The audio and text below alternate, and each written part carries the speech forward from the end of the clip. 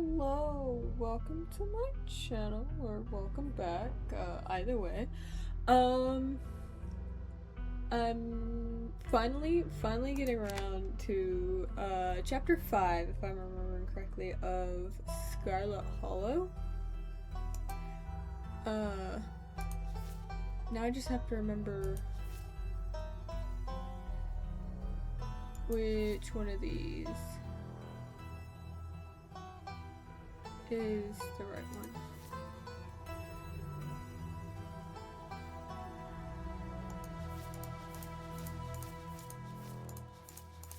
Because it's been so long. And I know the last time I played, I actually played a separate run through because I wanted to do a run that focused more on the player character's relationship with Tabitha.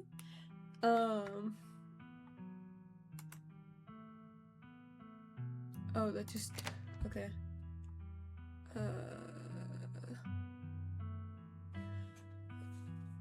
Is this episode 5? I think it might be that one. Oh! Nice. Alright, let's go. Episode 5.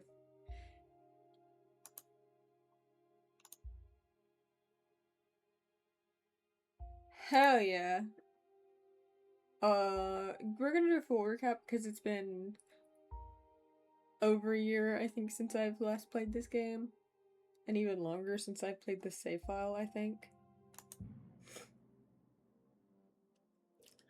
The funeral of Pearl and Scarlet, your cousin's mother and your aunt, seemed like something you should ignore, even considering your own late mother's rocky relationship with this side of the family.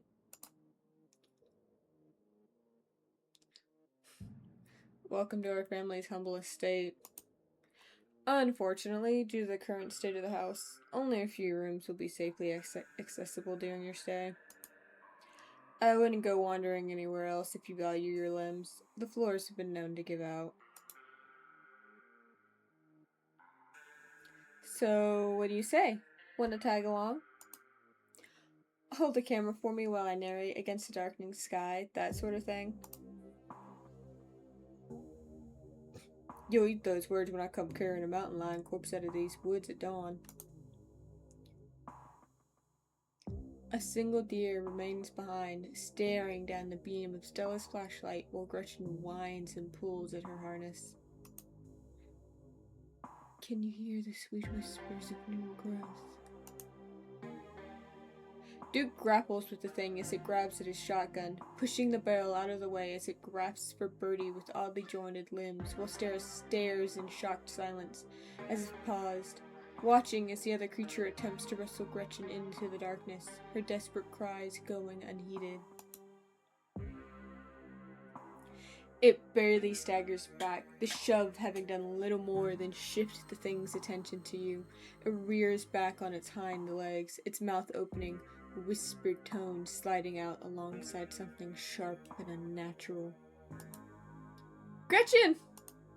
You both turn just in time to see the end of Gretchen's leash disappearing into the underbrush. Her yelps grow distant as she's dragged away. Welcome home. My grandmother used to talk about pale creatures called ditchlings. She always said they were a terrible omen, a sign of suffering to come. And here we are! You're welcome to stay the night if you want.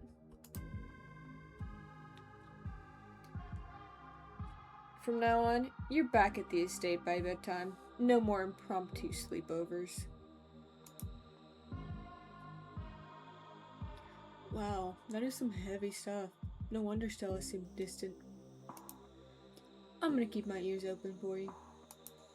The diner is where everyone comes to gossip, so I hear a lot about what goes on around here. I'll let you know if anyone mentions those monsters or anything strange or unusual.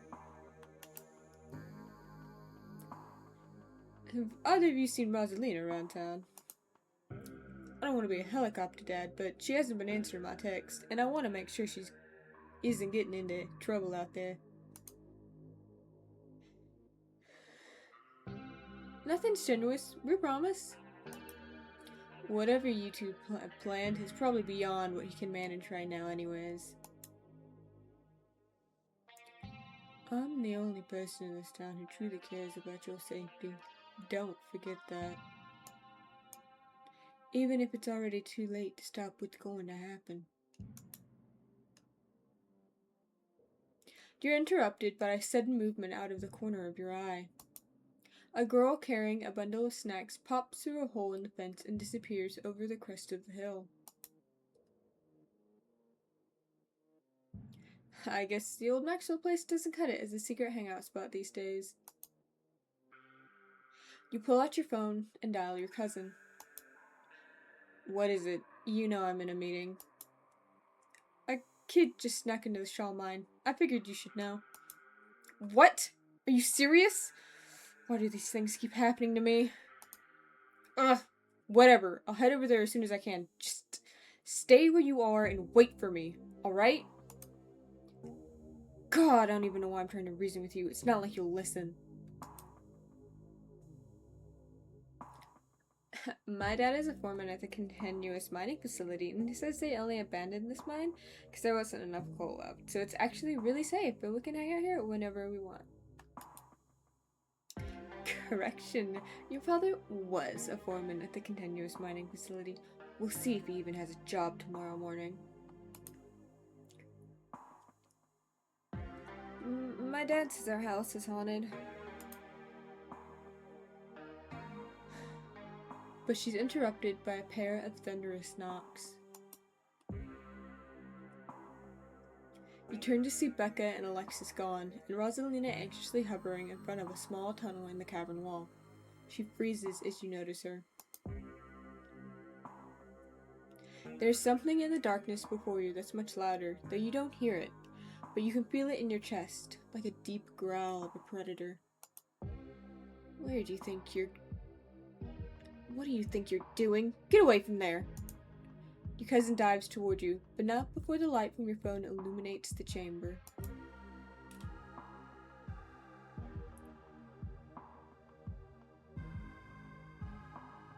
I don't know why that happened.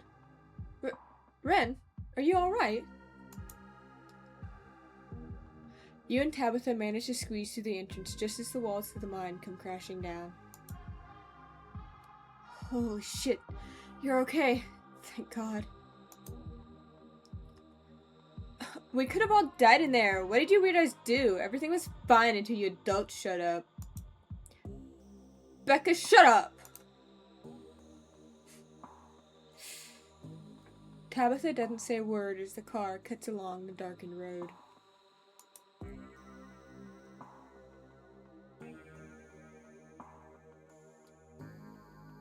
As you're ready to leave, Janie approaches from the far side of the kitchen. Tabitha remains between the two of you, impatiently tapping her foot. Oh, Ren, before you go, I heard about what happened last night. I heard about it before Miss Tabitha mentioned it just now, and then I heard it again. I just wanted to say that I'm so sorry you got caught up in that. You two did right by those kids, though. What a blessing, everyone getting out of that situation alright. Morning. Is the new blend ready? Of course. Ren, if you'd like to keep Miles company, Tabitha and I will be just a minute. Well, if it ain't Ren. Bo, this is Miss Scarlet's cousin. She was there with Stella that night in the woods. It's a pleasure to meet you, miss. My name is Bo. I'm Duke's boy. Hope you've been faring better since all that unpleasantness. He's a dog. Not only is this mayor a dog, but judging from the series of portraits lining the walls, every mayor of Scarlet Hollow has also been a dog. You can tell this dog is the mayor from his little sash and his fancy top hat. There's a regal air about him, almost if he knows the position of authority he's been elected to. Before you can catch up to your companions, you're intercepted by a nervous man with a cross around his neck. I'm Pastor Daniel. I take it you're Ren. Everyone's been buzzing about you. I'm so sorry about your aunt, but I'm sure she's in a better place now. If you'd ever like to discuss your beliefs, my door is always open.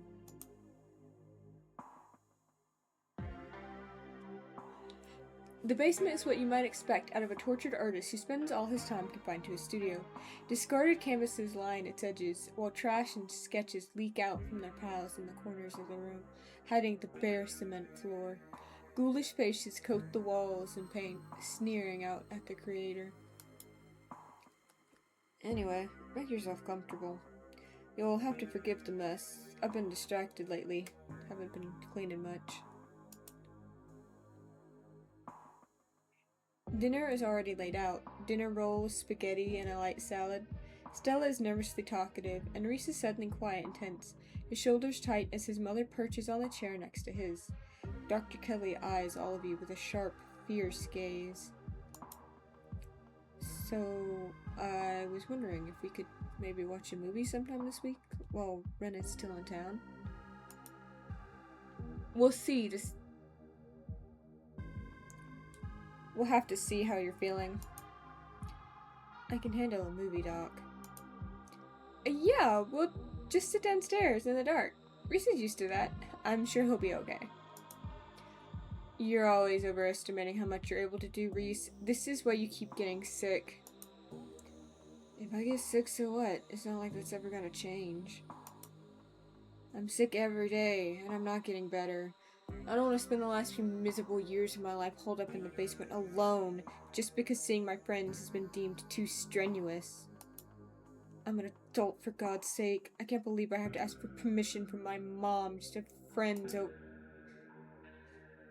Reese stops mid-sentence, wincing in pain and wrapping himself in his arms. Don't say things like that.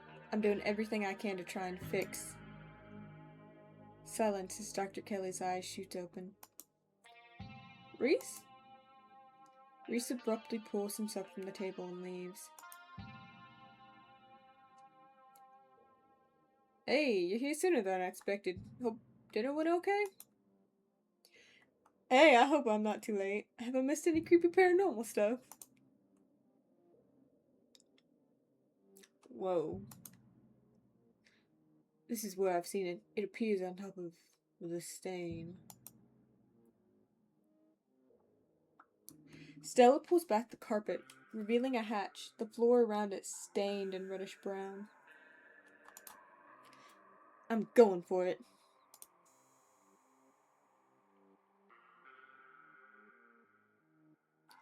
Movement stirs as a figure cloaked in shadows rise to attention. Who are you? What are you doing on my property? Before you have the chance to think, another door creaks open on what you thought was the ceiling. There you are. This is quite the maze, isn't it? And absolutely crawling with these miserable little parasites. Bottom feeders. The sins of the father are to be laid upon the children. A smell hits you, that now familiar, wet, unwell odor. What an annoying pest you are, but you couldn't keep me out for long. It seems we've exhausted its power. Holding all these bodies hostage must have been quite taxing. Come along, Ren. It's desperate, but it has no power over you. There's no need to bow to the will of such a frayed and broken consciousness. Leave it to fester. You fall towards the entrance, your legs still unsure of the ground beneath you, and the doors fly open. You're outside. It's real this time. A cool autumn breeze blows small piles of dried leaves across the steps of the library. You made the right choice. It would have been so easy to fall for its tricks. I'm proud that you didn't. Be seeing you. Sorry, I can't talk right now. See you later. She hurries off down the road.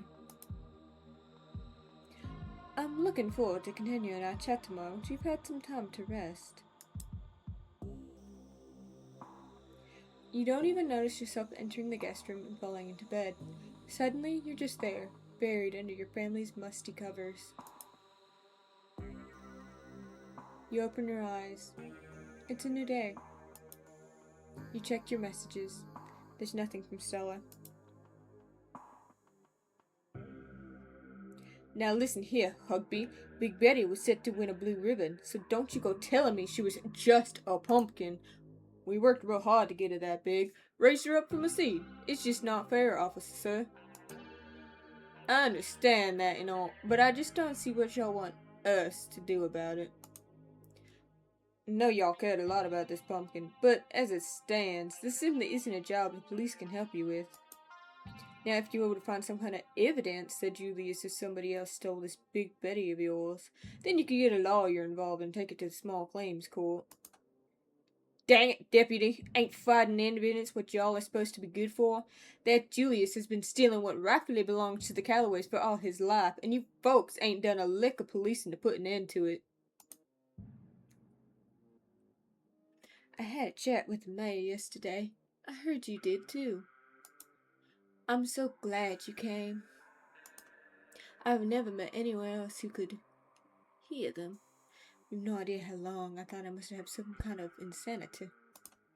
I have even thought at one point that it must have been the Lord himself talking to me through them. But they never had anything very insightful to say, so I was disavowed of that pretty early on. There has been some particularly nasty rats in the church lately, and she said some things that have led me to believe she might be able to understand them. There's a small gathering of workers outside the entrance to the mines, picket signs in hand. You take the tea, sipping it delicately. The citrus smell is fleeting, quickly replaced with the earthiness at its core, like you've taken a mouthful of dirt. But the aftertaste combines the two flavors into something soothing and medicinal, and you find yourself feeling more comfortable, your muscles relaxing for the first time in days. Now, on to business. Sybil takes the cup from you, staring thoughtfully down at the sludge. Oh dear, this doesn't bode well. You've got just about every warning that can fit in the bottom of a cup. Cross, kettle, hourglass. All these mean death, misery, difficulty, and the hourglass ties it all together with definitive urgency. It's fair to assume that all this has to do with whatever brought the vigilance. Something is coming, and whether any of us can stop it, I'm not sure. But we may, at the very least, be able to figure out what it is. And there's a central figure here. A cat. An enemy, lurking in plain sight. This is wild. I had no idea any of this was here. An entire hospital wing, rotting away for decades behind some flimsy drywall. His voice sounds distant. Your sole focus is finding it. Your feet move without prompting, and you stumble down the hallway towards the far wall, barely registering the antique clutter as you stagger past it. Whoa. Are you okay? You don't respond, and you don't bother to retrieve the axe. The wall is rotten, water damage having eaten away at the wood over the course of unknowable years, the planks nearly reduced to sawdust. You tear into it.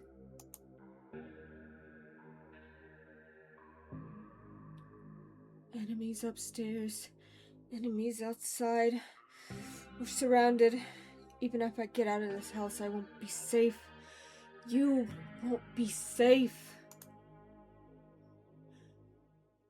As Reese tears at his clothes, paint bubbles out from the canvases, his ghoulish figures peeling themselves out of their two-dimensional worlds, invading yours, crawling up the walls. Grab my hand, and I'll pull you out. Leave us alone! Dr. Kelly opens the door. The two of you stare out into the hallway.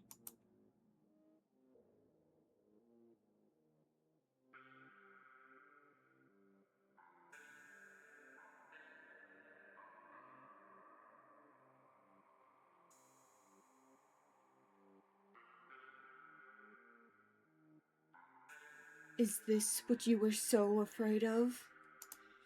Hand over the tranquilizers. This is our shot. You hand Dr. Kelly the tranquilizer darts. Dr. Kelly quickly loads him into her gun, leveling the barrel at her son.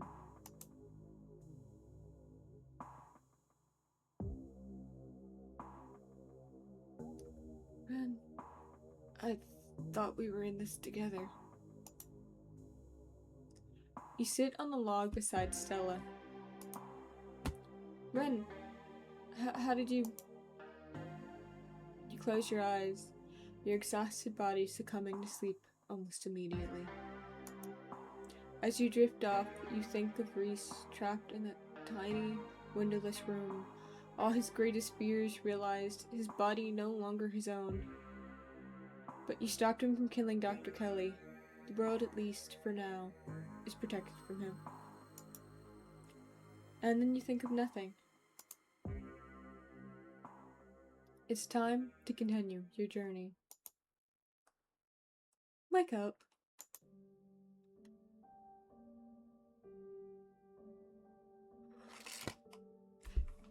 Chapter 5! A lonely piano refrain echoes through your head as you sleep. It feels like it goes on forever, clumsy and uncertain of itself, stopping and starting at random. But as you start to wake up, you realize the music is following you from your dreams, continuing even as your mind reforms itself into something solid and coherent. And when it stops, you can't help but jolt fully awake, your eyes flying open at the sudden realization that you don't feel the ancient mattress beneath you, that you don't smell the now familiar dampness of the covers. You're not in your room. The shock of your surroundings jolt you to full awakeness, and you quickly get to your feet, stumbling slightly as you realize the floor beneath you is oddly tilted. Your barely conscious thoughts desperately claw through your memories of the past day in an attempt to grasp at a where, before settling on the only answer that makes sense. You found yourself in some truly neglected part of the estate. What you've seen of the sprawling manor looks lovingly cared for compared to these peeling walls, warped floorboards, and overwhelmingly stiflingly... Jesus Christ! You found yourself in some truly neglected part of the estate. What you've seen of the sprawling manor looks lovingly cared for compared to these peeling walls, warped floorboards, and overwhelming, stifling stale air. You can feel it coating your lungs in filth with every breath. You must be in the Forbidden Wing. And, judging by the faint scent of death that still clings to the inside of your nostrils, you didn't find your way here by sleepwalking. You suspect a certain ghoulish-veiled man had something to do with your relocation. There are 2 doors out of the barren room. One is a normal doorway, leading into what you assume to be a hallway. The other is a door that must have once been hidden, though the ruined state of the wallpaper has robbed it of its secrecy. Once hidden door, fucking obviously. There doesn't seem to be a clear way to open it, beside the brass circle where a handle should be.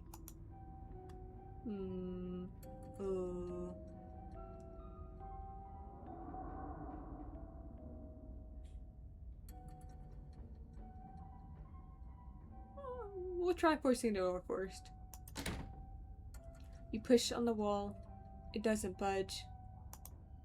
You try messing with the metal contraption that stands in place of the door's handle, tugging and jiggling and pushing on it every which way, and still, nothing. Through the hole. You lean forward.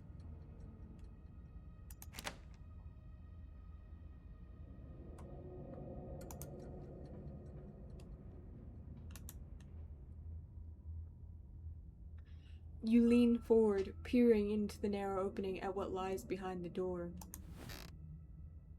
It's your room. That's creepy as shit. Which means you'd be able to slip right back into the safety of the rest of the house if you just managed to find the handle.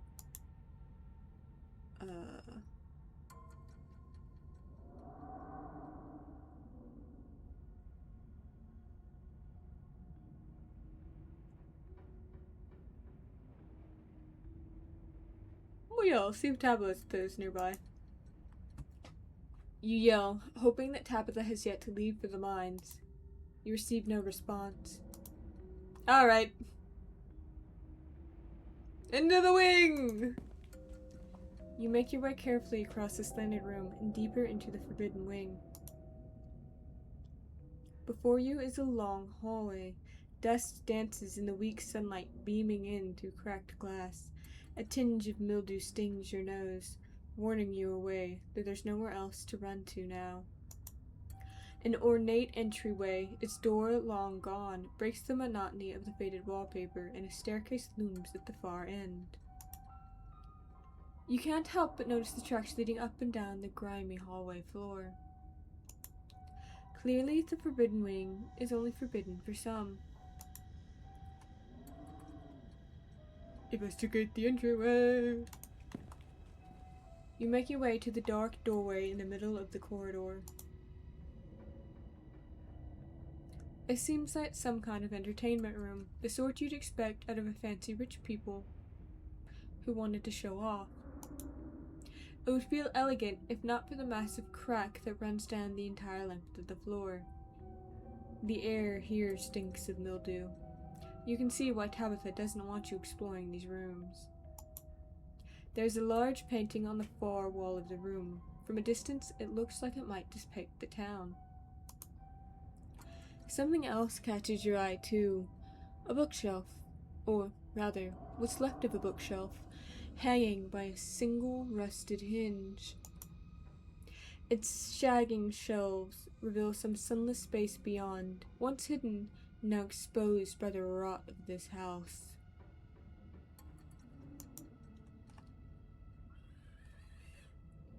Painting first. The painting highlights a number of old buildings and locals, many of which you've already visited. The town hall, the estate, the mines, the church, and the clinic, still called a hospital at the time of this painting.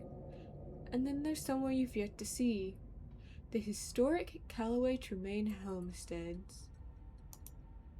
The faded bronze plaque beneath reads, "In commemoration of Enoch Scarlet, head of the Scarlet Hollow Landmark Revitalization Project. Let the past never be forgotten." Bookshelf. You cross the parlor, testing each careful step along the way, and duck between the collapsed shelves of the old bookshelf. Ooh. Cool fucking room. Except for that. The space is dark, its features barely illuminated by the faint light trickling in through the myriad of cracks and holes in the walls. The wallpaper, a deep, exquisite red, adds a blood-like glow to the dimness.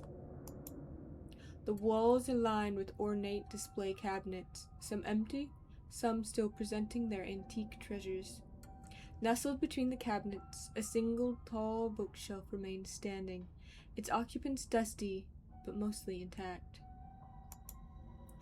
But all of these are ornamental details. Your focus is drawn to an expensive-looking antique desk in the center of the room. Not the giant Egyptian statue sitting in the corner? Desk! I'm an explorative bitch.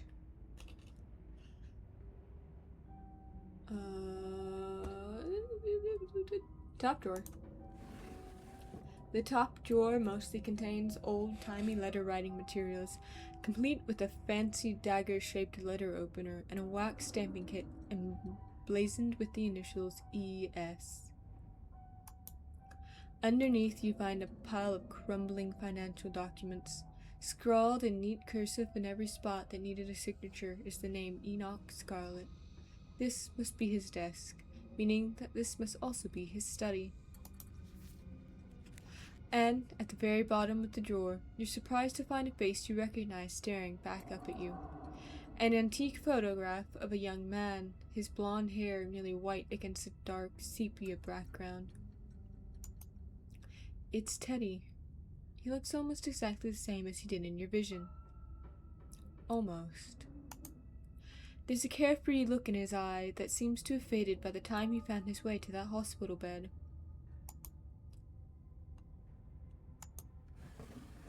You close the drawer.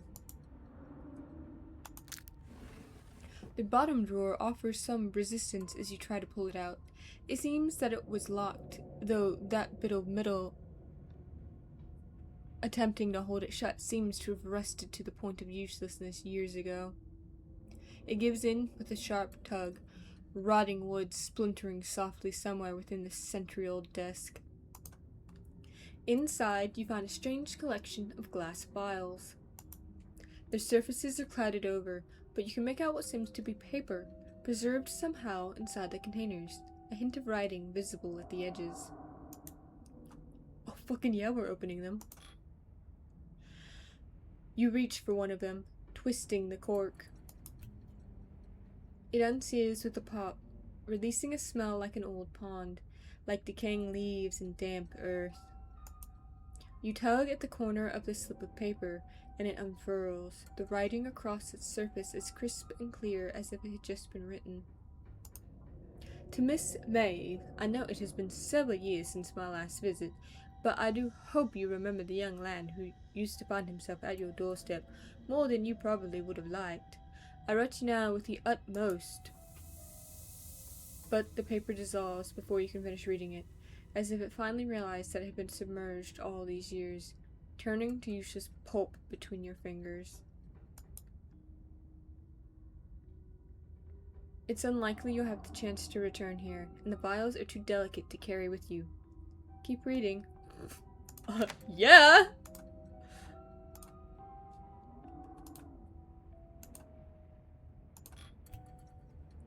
You open another.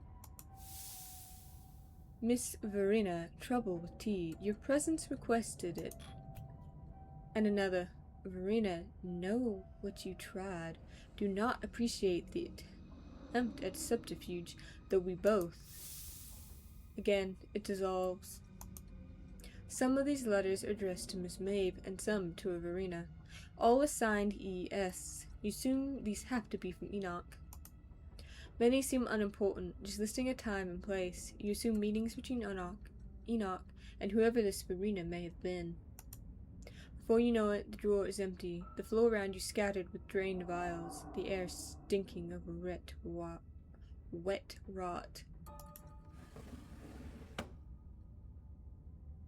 Before you know it, the drawer is empty. Oh wait, shit. Away from the desk. And to the hallway. You return to the hallway outside of the parlor. Follow the footprints! You follow the path laid out in the dust. It takes you up a flight of stairs, the way down blocked by debris, and you find yourself on the third floor of the estate for the first time.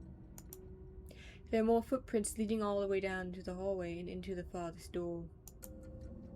There are much fainter tracks leading to the room in front of you, its doorway hidden behind a stack of boxes. These footprints are old enough to have accumulated some dust. They were also notably not made by boots. If you had to guess, you'd assume they were loafers or some other kind of low heel. Tabitha's?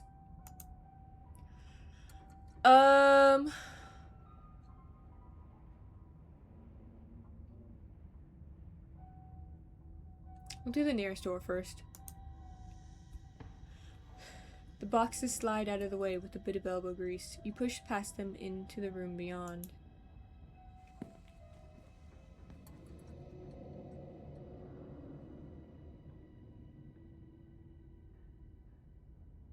The room is coldly empty. The large antique bed is made, its sheets ancient and dusty, but somehow still giving off the feeling of tidiness. even with cobwebs stretched between each corner of its four-poster frame. Desk. You stepped towards the desk, its drawers practically overflowing with stationery. As you sift through paper, it quickly becomes clear to you whose room this is. There are stacks of bills in Edward's name, filling nearly every drawer, and even once you manage to get past the layers of envelopes and trifold paper, you hit a permafrost of receipts. It seems she was doing her best to be meticulous and hold on to any scrap of paper that might possibly be important. But when you reach the bottom drawers, you find something entirely different. Greeting cards, letters, small wrapped packages, some opened, some sealed, some crumpled into messy balls. You open one of the cards. Both pages are taken up by a handwritten note. Tabby, hope you're doing well. Not a day goes by that I don't miss you. Hope Pearl Ann treats you to your best Christmas yet. I'm not sure what sort of doodads you're into these days, so I sent a little something that made me think of you. I made sure they were the best shells of the bunch. Not sure how rare any of them are, but they're awfully pretty, and they've still got that beach smell. And make sure you put your ear up to 'em too. Doesn't compare to the real thing, but it comes close enough. And in case you think that makes me a cheapskate, I made sure to send along a little cash too, so you can get yourself something a little nicer than glorified beach trash. Make sure you get Pearl Ann to take you to the nice toy store, 'cause that's where I'd take you if I was there. If you get the time, I'd love to hear from you. I miss you so much, Tabby, and I'm always thinking of you. You can come out and visit me any time. I know you always wanted to see what it's like out east. I made sure to write out my address on the back of this card, just in case you didn't know how to get a hold of me. Been missing you, my incredible, wonderful, amazing daughter. All my love, Dad. You pull out another from closer to the top of the pile. Happy birthday, Tabby. It's me again, your old dad. So, the big 2-0. Can't believe my daughter is such an adult. In my mind, you're still that bouncy little kid doing cartwheels on the front lawn, telling me what various sounds animals make like you're the professor of animal noises. I've no idea if you read these, but I'll keep writing them, even if it sometimes feels like I'm writing them to a ghost. I mean, we haven't spoken in almost 15 years. You're a whole human being now, and I've no idea what you're like. I like to think we'd get along, though. As always, my address is on the back. I hope you'll decide to come visit me one of these days. I got a guest room all set up, just in case. It's always ready for you, kid. I love you, and I always will, no matter who you turn out to be. Love, Dad. There are years and years of these. The bottom drawer is almost entirely unopened envelopes, dated from when Tabitha would have been just a kid. All from him. You pocket a few of the cards.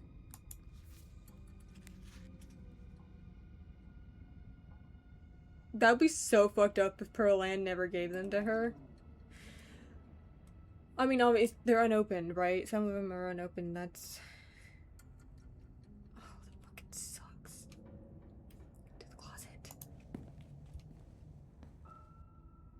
You make your way to the closet.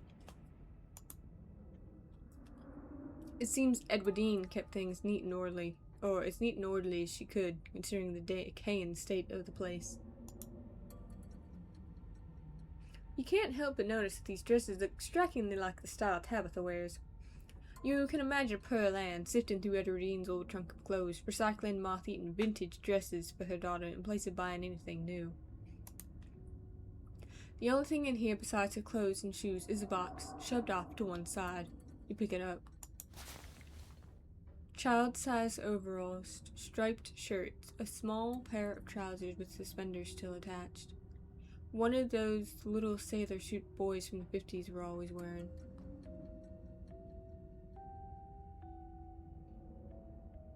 What the fuck did I just say? Hold on.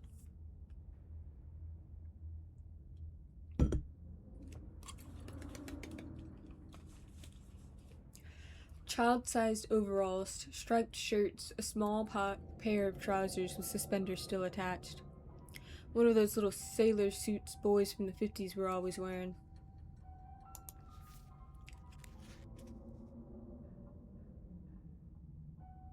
What the fuck? When you pull out the last shirt, a note is revealed, tucked away in the bottom of the box in a protective plastic sleeve. It's scrawled in almost illegible handwriting, written in some thick brown watery ink that's cracked with age. That is not ink. Mommy, I'm in here too, and I love you. Your hands tremble, the note somehow making the tips of your fingers feel dirty even as it sits behind a layer of plastic. Haha, what the fuck? You drop it back into the box, once again covering it with the clothes, shoving it back into this recess of this forgotten closet where it belongs. You're done here. Finished with the tucked away room, you return to the hallway.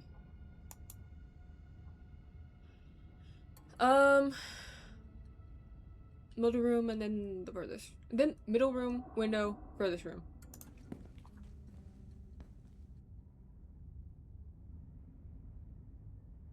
This place was clearly once a nursery, but no child has been in here for a long, long time. Fuck no, we're just scoping this shit out.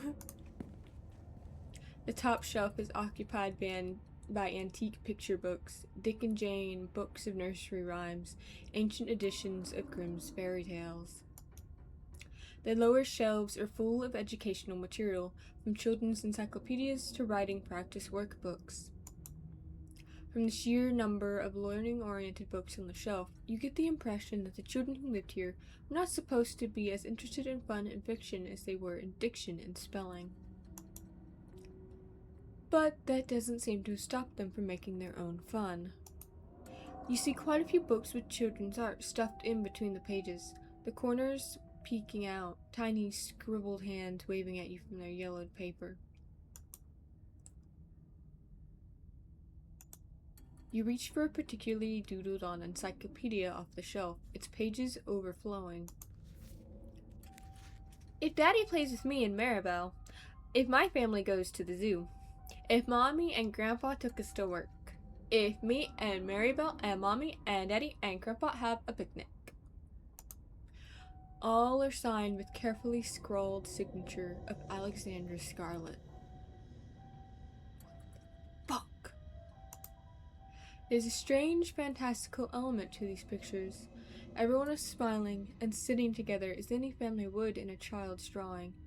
And yet it feels like these are drawn in the same hopeful way a child would draw a unicorn.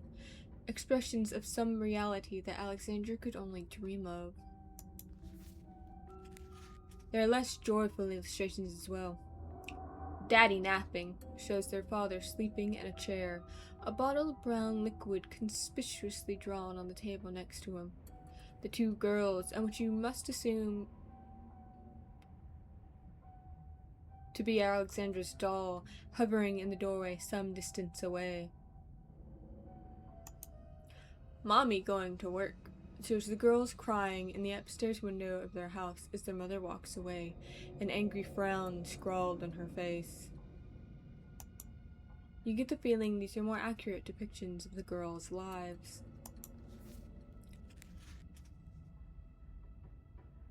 Ha ha ha, what the fuck? The last picture you pull out gives you pause. There's a new figure here, seemingly drawn behind a barrier. The girls sit on the other side, smiles on their cartoon faces. The boy in the wall.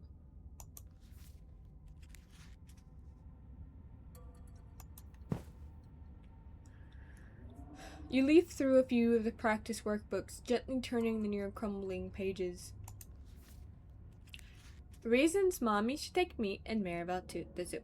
We have been very good girls and not cried for a whole week. 2. Maribel says elephants are so big and I would like to see it. 1. 3.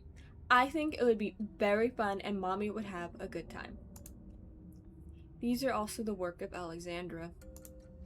You flip through the rest of the book, your eyes unfocused as the many practice sentences and letter copying pages flash by. but something near the back of the book gives you pause. In a section that starts with the prompt, "Today I," Alexandra continues with, "talked to the boy in the wall." There he is again. You're done here. I can't look at the rest of the room? Hold on.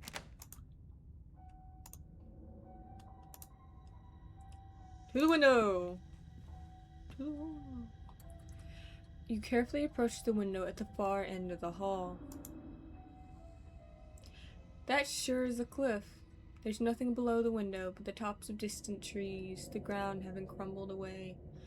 The only thing stopping you from plummeting to your death is the straining foundation that still somehow holds this place together. At least for now. Okay. You continue following the trail of footprints, approaching the farthest room down the hall. The door was clearly meant to be hidden, but it's been left open. The room is starkly empty, save for a rug and a few candelabras.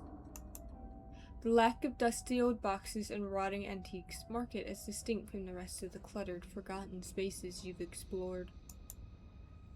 The curtains on the far side of the room catch your eye. Below them, you can see the edge of a tiled section of floor, the smooth white porcelain, a strange contrast against the hardwood. Bitch, where?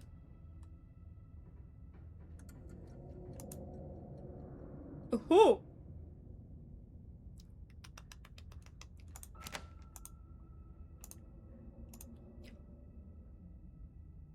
Wait, did it say carpet or curtains? Hold on. Ah!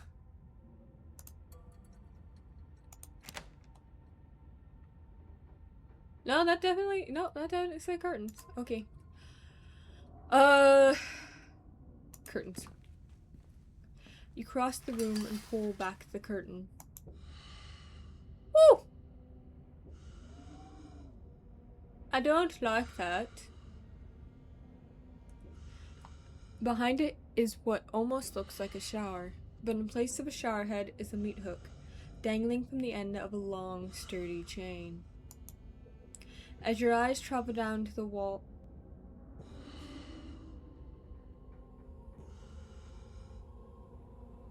As your eyes travel down the wall to the drain on the floor, you can just make out the rusty stains of what look...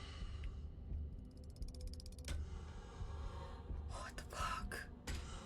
Stop that!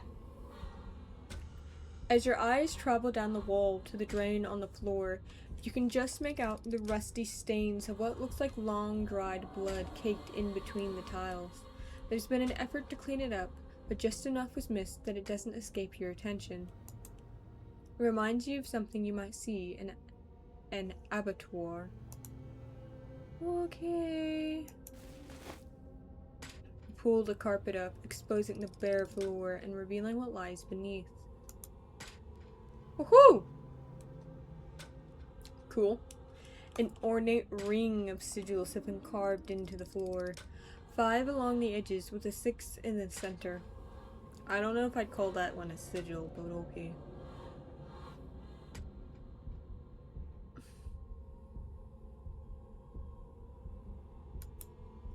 As if it wasn't already clear from the study tucked away in the parlor, your ancestors clearly had an interest in the occult. And the sigil tucked away in the same room as that rusty, bloody hook paints a particularly gruesome picture. Though, you can't help but notice the paint has been refreshed somewhat recently. This isn't just a relic of Enoch's interests, it's been maintained. Moving on, I guess. You continue forward towards the door on the far side of the room. You exit into a short hallway. There's stairs here, leading back down to the lower floors. There's also another door. It's hanging ajar, the many locks and deadbolts along its edge glimmering in the weak morning light. The door frame itself is gouged and splintered, evidence that some desperate creature tried to save itself from the room beyond, time and time again. You've been here before, haven't you? Oh, what?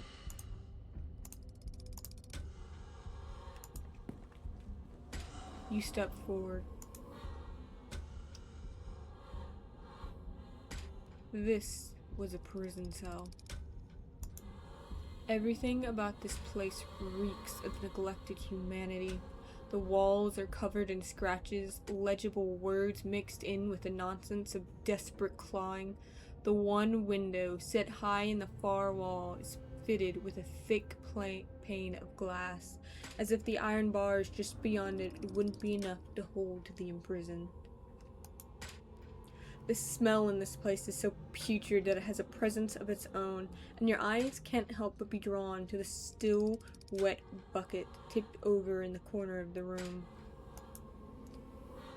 This space hasn't just been used in living memory, it's been used recently. You can't help but notice that the doll from your closet sits watching you from the bed, one eyelid drooping.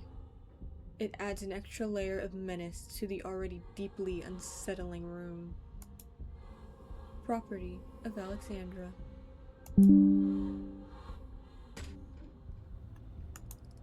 Your eyes are drawn to the massive, almost letters, dug as deep into the brick as this cell's prisoner could manage, highlighted with whatever pigments were available. And then one final detail grabs you. A metallic glint from the filthy, bare mattress. A doorknob. This is what you've been looking for. Was it left here for you? What the fuck? What the fuck? What the fuck? Alright, take the handle. Shit. As you take it, a sound wraps around you. Music. The tinkling of piano keys played by a clumsy hand. They echo up a narrow staircase at the end of the hall. Fuck you, we're going to follow the music. I would absolutely fucking die first in a horror movie. You've come this far. Clearly, you're meant to go just a little further. I am a curious bitch. The stairs take you into what you have to assume was once a servant's quarters, a network of cramped passageways hidden away behind the expansive rooms of the estate without so much as a window for illumination. But you persist and descend deeper into the bowels of the Scarlet Estate, the echoing piano your only company. Soon enough, you see light again, the sun creeping in to the edges of a nearly hidden door. You're at the end of another long corridor. Its high ceilings and tall windows are almost disorienting as you step away from the cramped, gloomy stairwell. The music echoes mournfully in the vast space, a chorus of wind adding a melancholic harmony as it whips in from the overgrown countryside outside.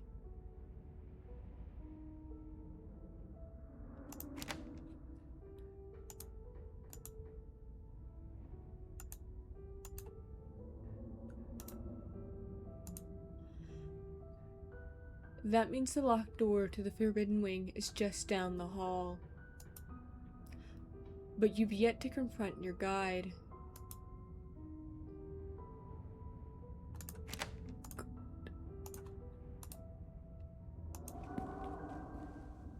The musician plays on as you move cautiously through the dark.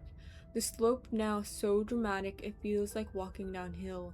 Jagged remains, the floorboards jutting out like splintered trees. The flow of notes finally stop as you reach an open doorway to what was once a music room. Wayne stands from the bench of a battered grand piano, turning to face you.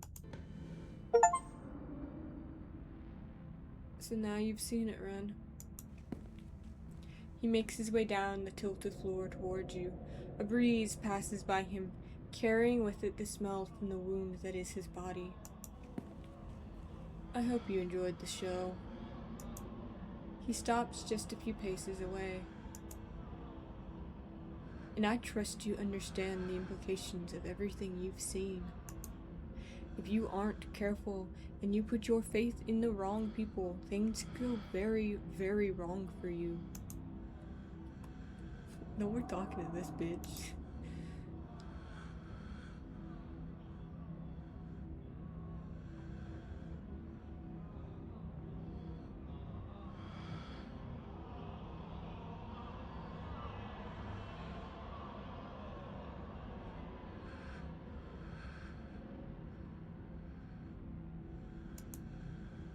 Who lived in that last room? Wayne cocks his head almost playfully. I did. I've been in that room a long, long time. Though my being free now is meaningless in the grand scheme of things, the town itself is enough of a prison that I might as well still be stuck behind that door.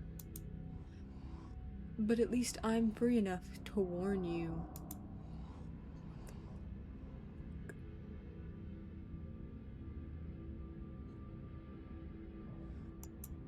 What was with the doll in that room? She liked it, so I liked it too.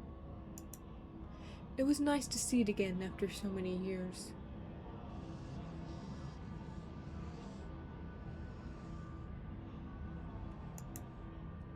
What the fuck? What the fuck?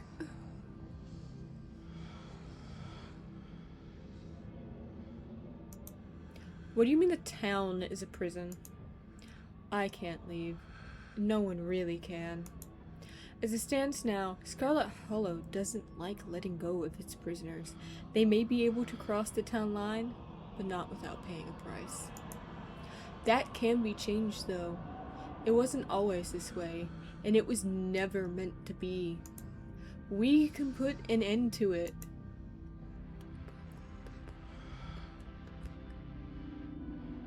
I'm not flirting with the dead man! Does Tabitha know about all this? Of course. Why do you think she invited you here?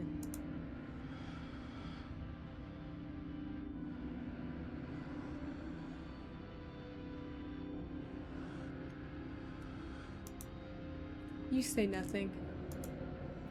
I've given you a glimpse into one of your possible futures. Whether you choose to believe me or not is up to you. But I urge you to consider believing what your eyes have shown you. Your freedom is on the line.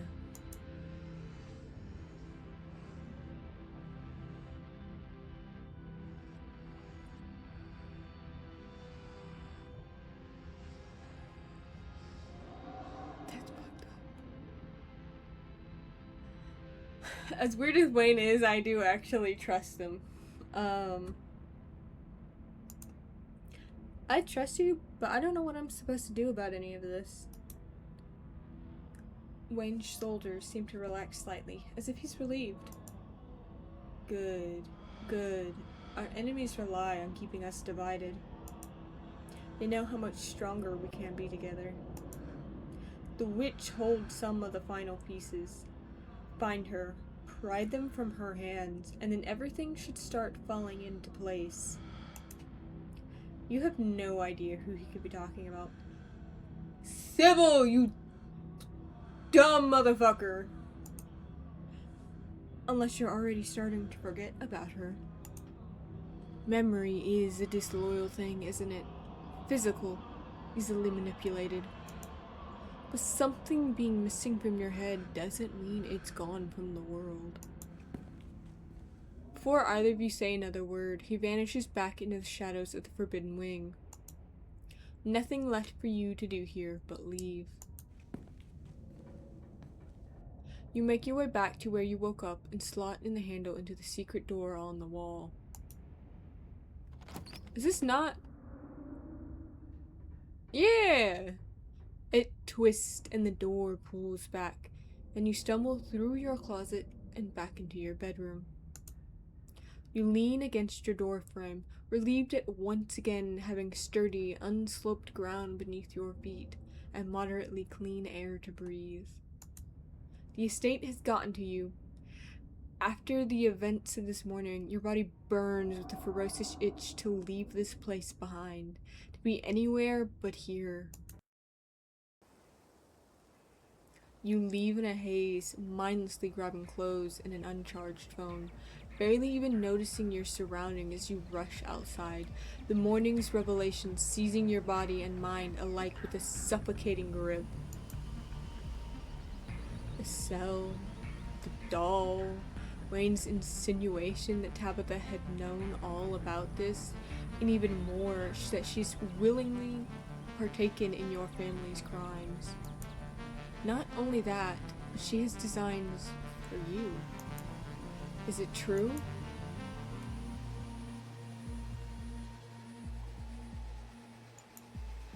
Tabitha deserves a chance to explain herself.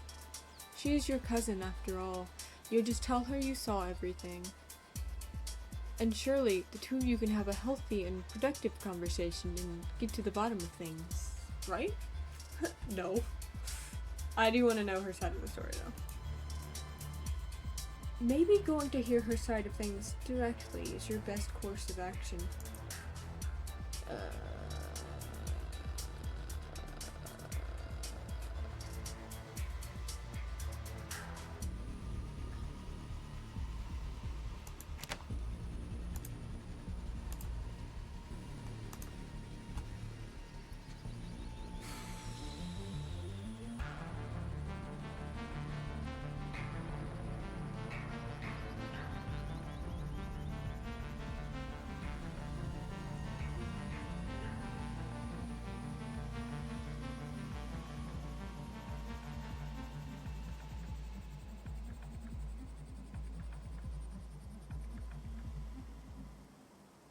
I want to go to the church. We haven't been back since the initial thing, right? But also, I'm pretty sure the witch is civil, right? Like, there's no one else here who it would be.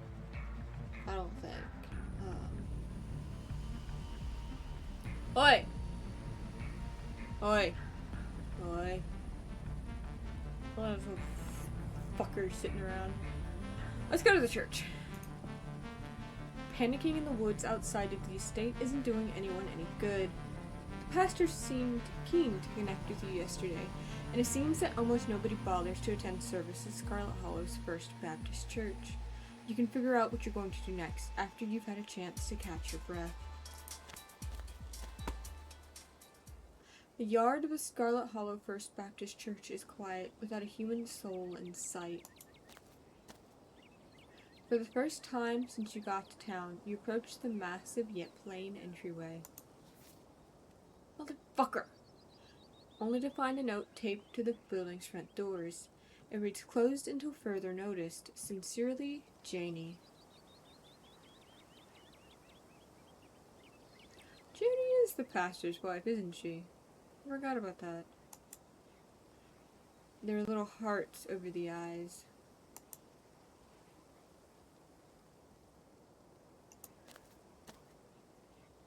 You make your way around the church, keeping your eyes peeled for any signs of life. Woohoo! When you round the corner, you find Pastor Daniel seated on a bench beside the gates of the old graveyard. Mist coils up from the grass at his feet, rolling gently between the mossy stones. Maybe he's here to visit a loved one, or maybe just the kind of place that invites quiet contemplation. He turns as you approach, starting slightly at the unexpected intrusion. "Man, I didn't expect to see you out here, or anybody really. Families around here tend to have family plots. You probably won't find too many familiar names. If you're looking for any Scarlets, you'd be better off trying your own backyard. Haha." Unless you were looking for me. Oh, wait, you came by asking about Stella yesterday. Did you manage to find her? Or should we start putting up missing person flyers?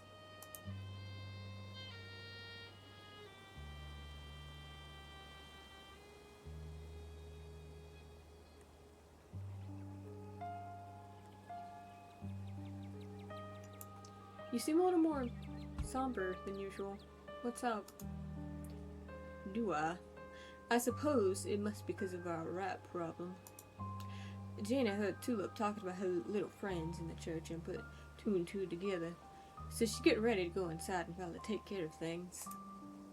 I know it's got to be done. They're intruding somewhere they shouldn't be, and Tulip taking a liking to them isn't good for her. But I can't help feeling sorry for the poor things, as awful as they may be. And these are particularly mean ones, if I do say so myself. But it still weighs on my conscience. They're all God's creations. What right do we have to send them back to Him?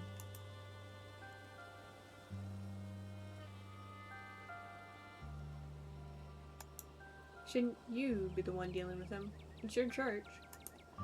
Jaina usually steps in when it comes to this sort of thing.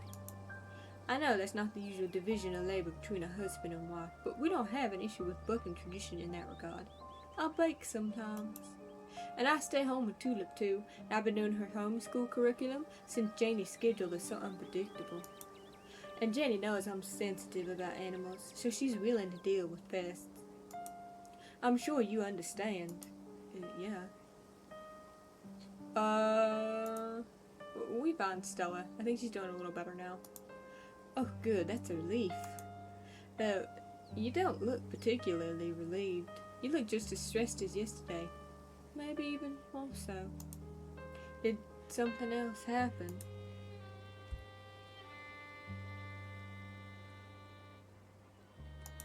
I actually did come here looking for you. You're one of the only people I trust.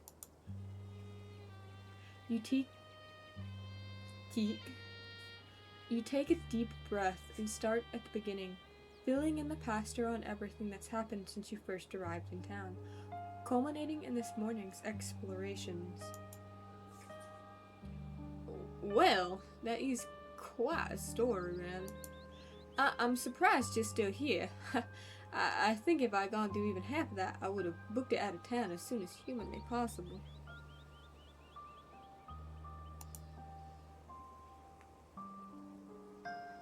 I suppose it says something about your resolve, then, that you didn't. It sounds to me like your great-great-grandfather was even more of an influence on the Hollow than the history books would have us all believe. To think that even now, generations after his death, the specter of Enoch Scarlet still looms over our little town. And I don't just mean that metaphorically. If what you found in the estate is any indication, it could very well be that the whole of Scarlet Hollow is under the influence of witchcraft. Not many people will be able to see the things you saw and still hold faith in someone like your cousin. That takes a certain strength of character on your part. Or maybe a little foolishness. But I admire you for it anyway.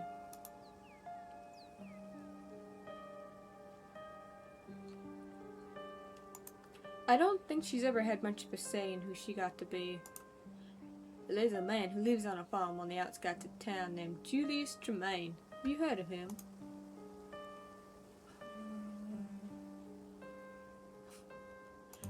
Duke and Bo didn't have the kindest things to say about him. I can't say I'm surprised to hear that.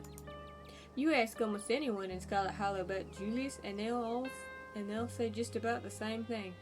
Nasty old bastard, crazy inbred hillbilly. They won't even spare a bless his heart behind his back, and if you were from around here, you'd know what a serious condemnation that is. You might think all this must mean he's been a scourge on this town, making enemies of everyone he meets. But let me tell you his sins, as I have witnessed them. He's rude, he's unkempt, doesn't bathe as much as he should. Every now and then he'll get into a scuffle with his cousin Duke Calloway, though whether he starts any of those or not is up for the debate. And he struggles with reality, I would say. But that's it. And people in this town hate him for it, even more than they hate going to church. None of them can tell you why he does the things they don't like, because none of them have bothered to ask. But, as a friend of mine once said, judge not, lest ye be judged. So let me tell you what I've seen Julius Tremaine do. There's this queer kid, Avery, who works at the diner. Nobody bothers to be friends with Avery, because Avery's a little different. The town's not as outright mean to Avery as it is to Julius, but that's southern politeness for you. Wild smiles, wide smiles and warm greetings that freeze you out of the bits of humanity that actually matter. Julius talks to Avery, though. Julius is in that diner just about every day. Now I get the feeling it's mostly for the conversation. Heck, Julius built a bench for Avery's garden so people who don't even give them the time of day can enjoy the kids' hard work. Even pretend it wasn't him at first, maybe hoping that Avery would think someone else actually cared. Actions speak louder than words. He may be a difficult person to have a conversation with, at least by Southern standards, but there's more to him than other people allow themselves to see. There is a generosity there when the right person brings it out of him. He's not just talking about Julius. This is still about Tabitha.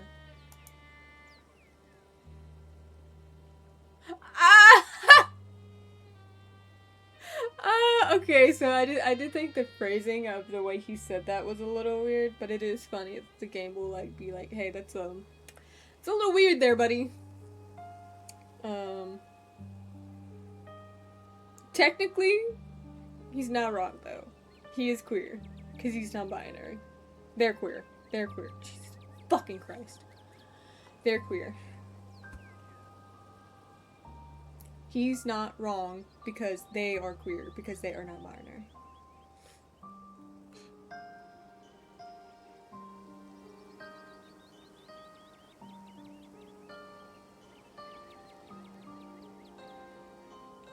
Anyway, I don't actually care to explore that pathway. This is still about Tabitha, isn't it? What can I say? I'm a pastor. It's my job to find parables everywhere I look. Now forget you figured that out, or it won't be as effective. Because Tabitha and Julius aren't too dissimilar, if viewed from a certain perspective. Other people have gotten to decide who they are. Their identities have been constructed for them, based on factors beyond their control. Much like Julius never got a chance to be anything other than a reviled outcast, your cousin never got a chance to be anything other than Pearland Scarlet's daughter. But you didn't grow up here. To you, Tabitha can be anything, or anyone. I know you're willing to give her a chance to explain things, but you still didn't trust her enough to go see her before you came to me, of all people. She has a weird ass fucking sigil in her creepy ass mansion. She's not exactly the nicest person. I'm not crazy to like be cautious, you know? So if you're looking for someone to give you a nudge, then I'll give you a nudge.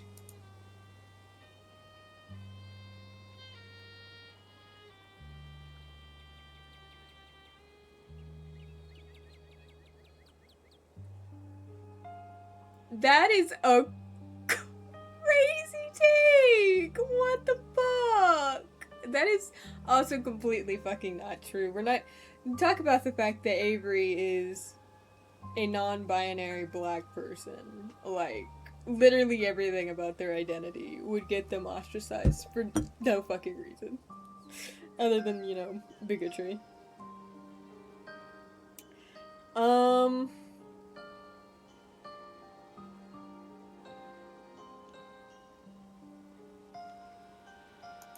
You seem to have nice things to say about Julius and Avery. Weren't you friends with either of them?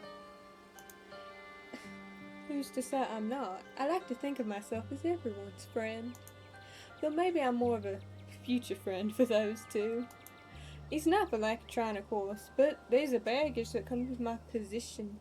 Julius Germain wants nothing to do with me, and it would seem that Avery has a complicated relationship with the church, given their background.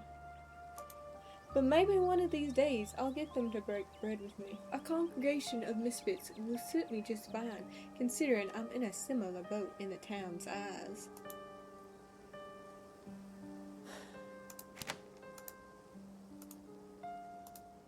I don't really care about the way he says queer. It's not important right now. It also, I don't think, it would just be like a conversation topic. It wouldn't do anything with the story.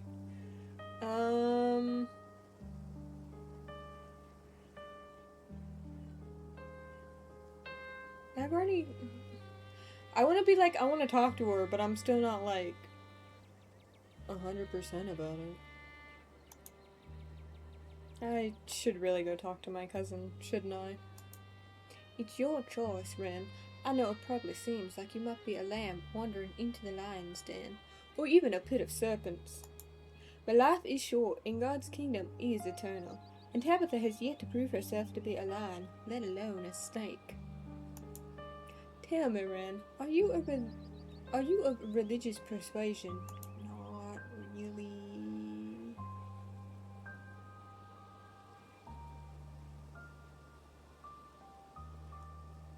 I don't know what to believe, especially after this week. Don't worry, I'm not trying to convert you or anything. I just think that a person's relationship with religion has a massive influence on how he moves through life. Whooshy. What is religion if not a person's relationship with eternity? For me, I know at the end of my finite time on this earth, I'll come face to face with my Maker, and I'll be judged for whether or not I have held faith adequately in my heart, and if I pass that judgment, an eternity of salvation awaits. That knowledge changes my entire frame of reference in life. Compared to the infinite goodness of eternal salvation, any amount of suffering on this earth feels like nothing, only as bad as the bit of grit you rub from your eye. It makes it easier to think of all of life's challenges as little trials, you know? You've been through plenty of trials this week, more than most people encounter in a lifetime, but even those are nothing compared to... Whoa, whoa, whoa, whoa! Did I just hear what I think I heard, boys? Oh no. I think you did, Spot. Little Danny's yapping out behind the church, once again doling out heretical counsel to a wayward soul. He just can't help himself. As if the road to salvation lies in faith alone. Ah! The spotted alpaca spits at Pastor Daniel. This piece of work is letting his wife go into that church all alone to deal with a rat infestation because he's too chicken shit to handle himself. Yeah, and you think he's going to heaven. Heaven, Bronny, would you believe it? But Danny, it's never too late to suck it up and be a real man. Would Jesus had let his broad kick the moneylenders out of his temple for him? I don't think Jesus had a broad, Tanny. Yeah, but if he did have a broad, he wouldn't have let her do the work for him. Get what I'm saying? But he didn't have a broad, Tanny. That ain't in the Bible. Spotted out and nips the brown one on the like side of his head. Brother, you big oaf, none of us is saying Jesus had a broad. He's saying it. It's a metaphor, Brownie, a metaphor. There ain't no metaphors in the Bible, Tanny. Shut up, both of you. We don't want to scare off the wayward soul.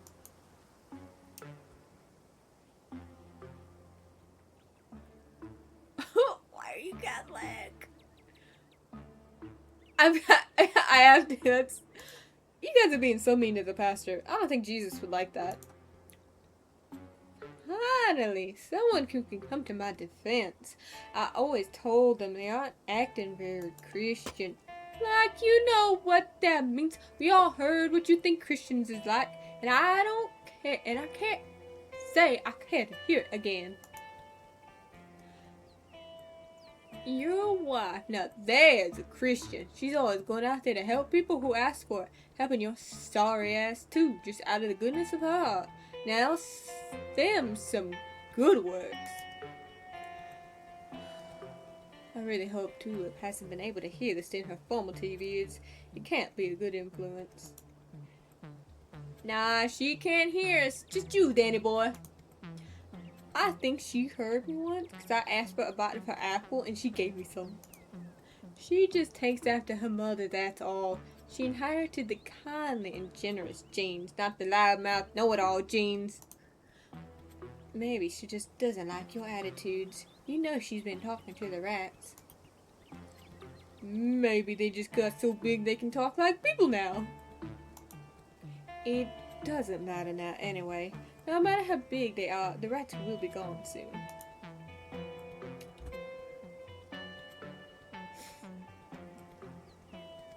Why are you Catholic? We used to live around some very slick churches. Real gorgeous old things with architecture and everything. Nothing like this dump. Jenny had the alpacas brought down from a farm somewhere up north. New Jersey, maybe upstate New York. God's country.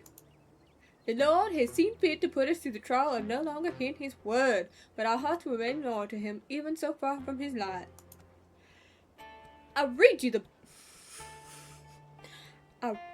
Bible whenever you ask. You don't do the voices good.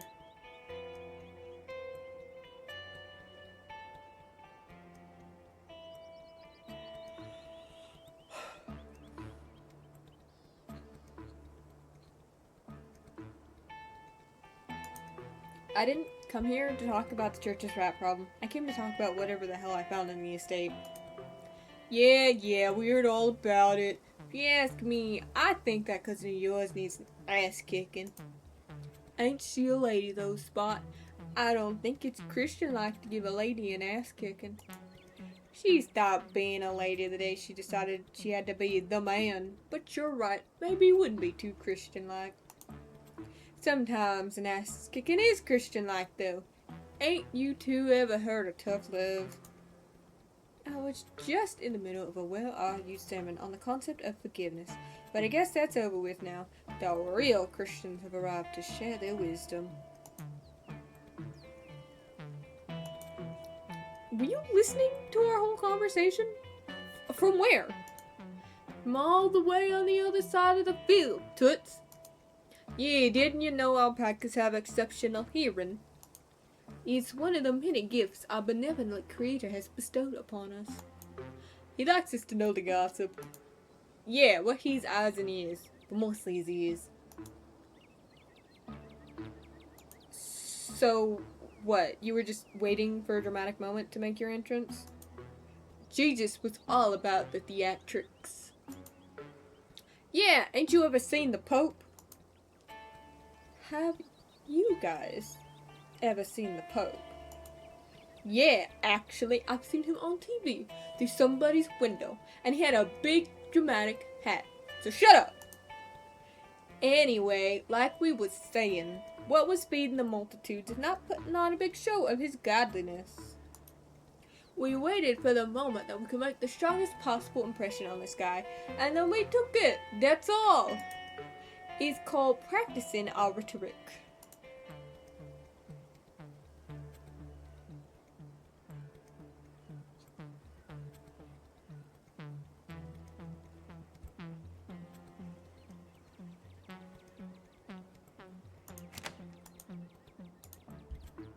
I don't know what the fuck I could say to these alpacas.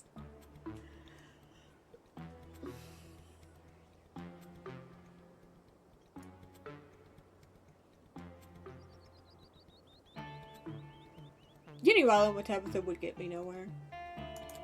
I don't think getting violent with Tabitha would get me anywhere. What if she calls the cops on me? Oh, you guys born with the gift of soft, you hear me? You think Jesus was scared of having the cops called on him? A little, probably. What about the whole thing in the garden?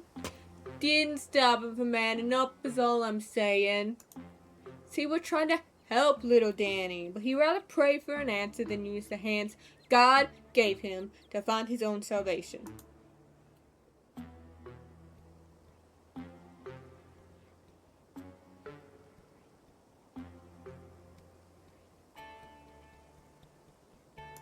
I think you guys are being too hard on Pastor Daniel.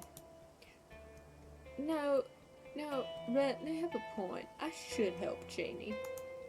I think it's time for us to part ways for now. But you don't need to kill the rats if you don't want to kill the rats. It's okay. The alpacas can shut the fuck up. The pastor walked you politely back to the main driveway, away from the misty graves and feisty animals. Sorry to be sending you on your way, Ren, but hopefully our talk helped you get your thoughts in order, even if it was cut a little short. I'll be rooting for you. Despite the abrupt end to your conversation, you feel an unexpected tranquility wash over you, a certainty you couldn't quite grasp until now, staring up at the sad old edifice of the Scarlet Hollow First Baptist Church. Yes, you can talk to Tabitha, and you can do it with an even keel. You make your way back to Main Street, ready to make your next move. Can I talk to Julius first, actually? I'm kind of curious about the dude. But where could you possibly turn to next?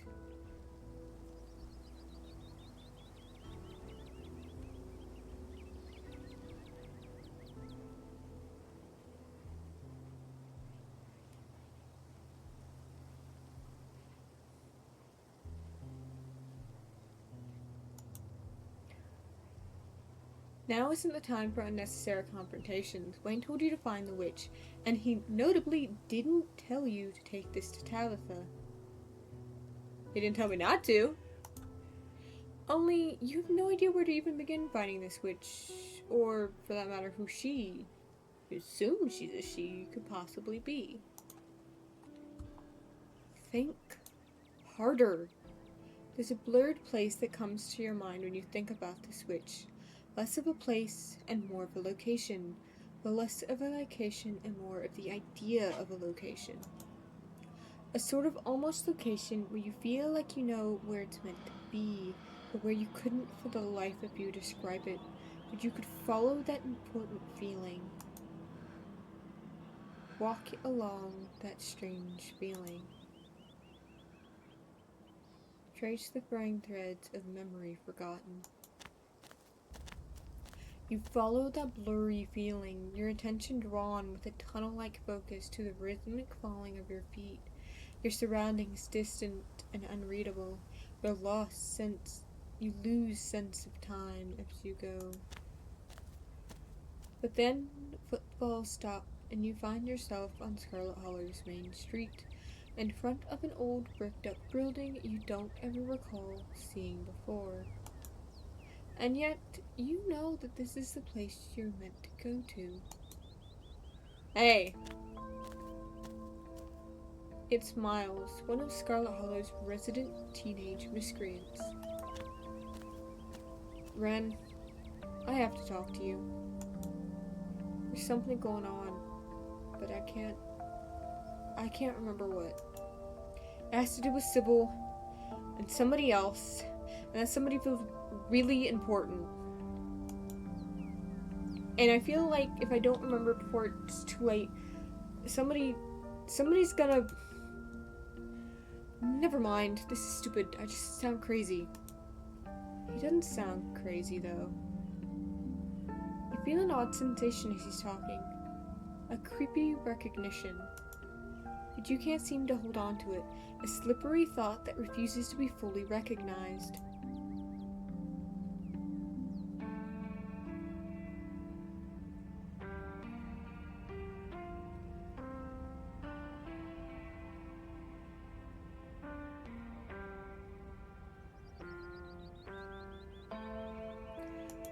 Something's so wrong right now. Like something's supposed to be here and it just isn't. So you messed up too. This is so stupid. He tries to collect himself, wiping away his tears and choking back whatever remaining sobs he had left. Look, there's this guy on the edge of town. Julius. He's crazy, but I remember him coming around and asking questions, and he always had this notebook with him. I don't remember what he asked me, but he'll remember it. You gotta go talk to him or get him to show you his notebook. He probably knows more than anybody about what's going on. Somebody hug this kid! I didn't want to ask I didn't want to have to ask anybody to help me. But it's like I can't think straight. I need somebody to do this for me. I don't want to feel like this anymore. Not again. Please, not again. He shoves the map into your hands and turns away, hiding his face as it cracks with emotion. I really didn't want to ask anybody for help. That's how bad it is, okay? Don't tell anybody what I said, though. I don't need people thinking I'm crazy. And then he's walking away, though where you can't be sure if he even has a destination at all. This place seems like a dead end, but you have a new lead to follow. Hell yes! Exactly what I wanted! For the farm! Yes! You can reach it with getting rested? What? As you make your way along the sunlit dirt road, you feel something. It's familiar by now, a tingling at the back of your skull, an urgency, almost like a hand pressing you gently forward, with the threat that it might become more forceful if you don't comply. You pick up the pace. The road continues on, winding around massive ancient trees, navigating around hills, but you seem to know a faster route. You veer off course, up into the woods, letting your feet guide you over fallen logs and through thick, tangled greenery. There is something crying. The sound echoes in your ears, but you can't actually hear it, like it's crying in your head. You've wandered deep into the woods, but you are not lost. Not when you have this feeling, like some invisible string tugging at your chest, pulling you forward. You're right on track, in fact, and soon you'll be there, and then... Good. You found your way. I knew you would. Eventually.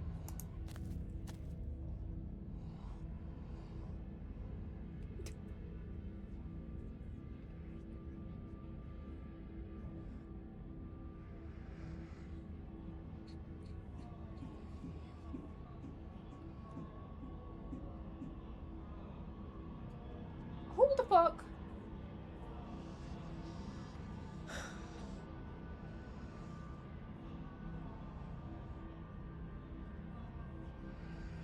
Yeah, come with me, motherfucker.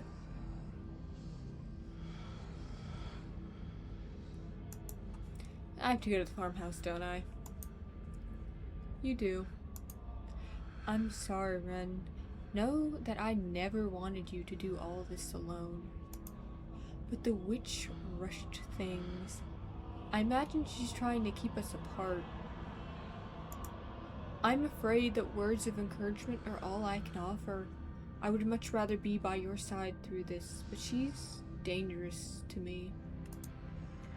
But not to you. She can't hurt you in any way that matters, especially now that she's at her most vulnerable. And I trust you'll know what to do when you find her. So go on. You don't need any further convincing. Something is crying, and it needs you. You can't keep ignoring it. You continue past the tree line and out into gentle afternoon sun. Oh, and Ren? Be careful of the farmer.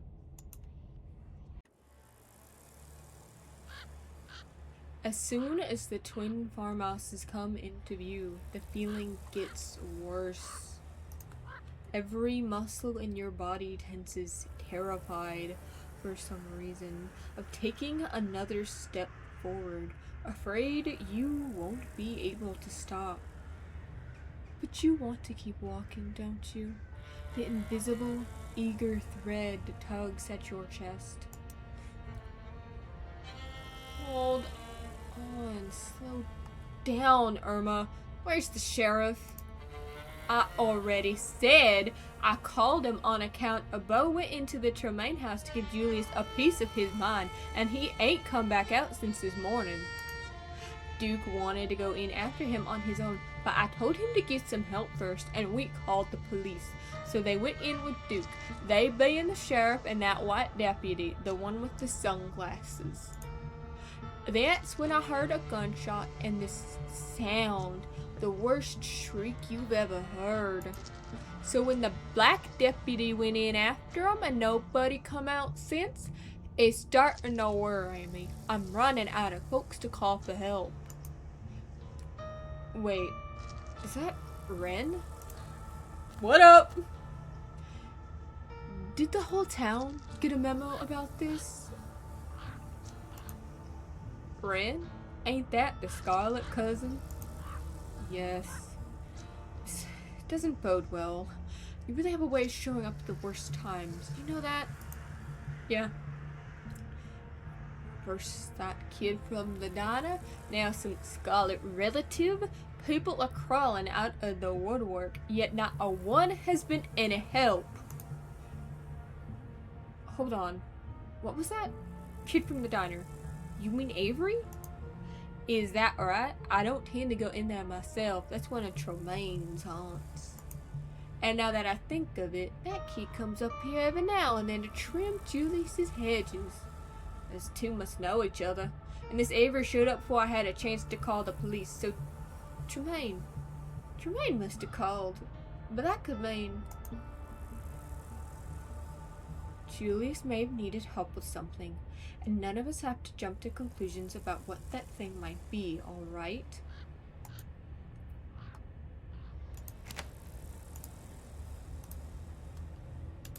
What's going on? I think Mrs. Calloway had laid it out pretty well. There's an emergency situation. The sheriff called me here since I'm one of the designated emergency personnel for Scarlet Hollow. That's all you need to know. Please, try to stay out of the way while I do my job. Or better yet, go home.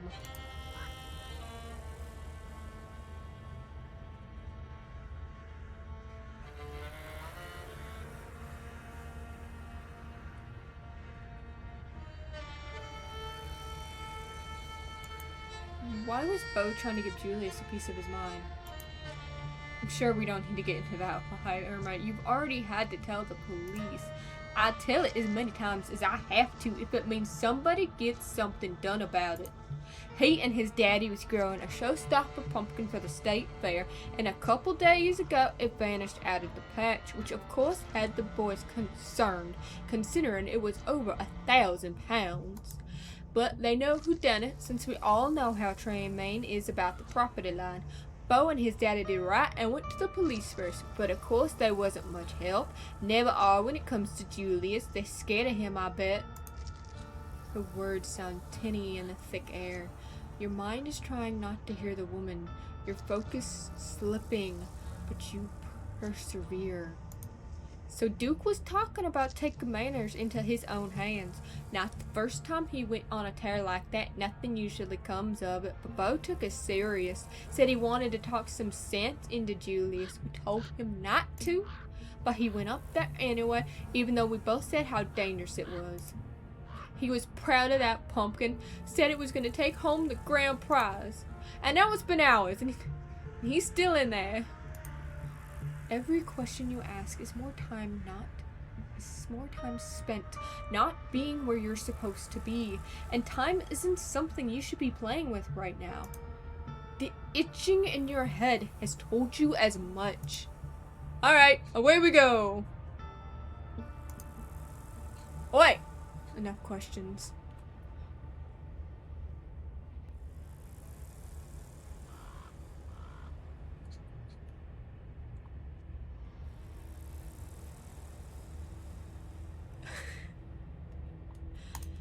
I was told to go up to that farmhouse.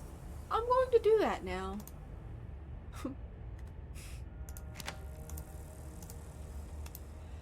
You take an eager step forward and are immediately pulled back by the doctor's firm hand on your shoulder. Don't you dare. You're staying right here with Irma. Let the professionals handle this. But you can't stay here. You know where you need to be.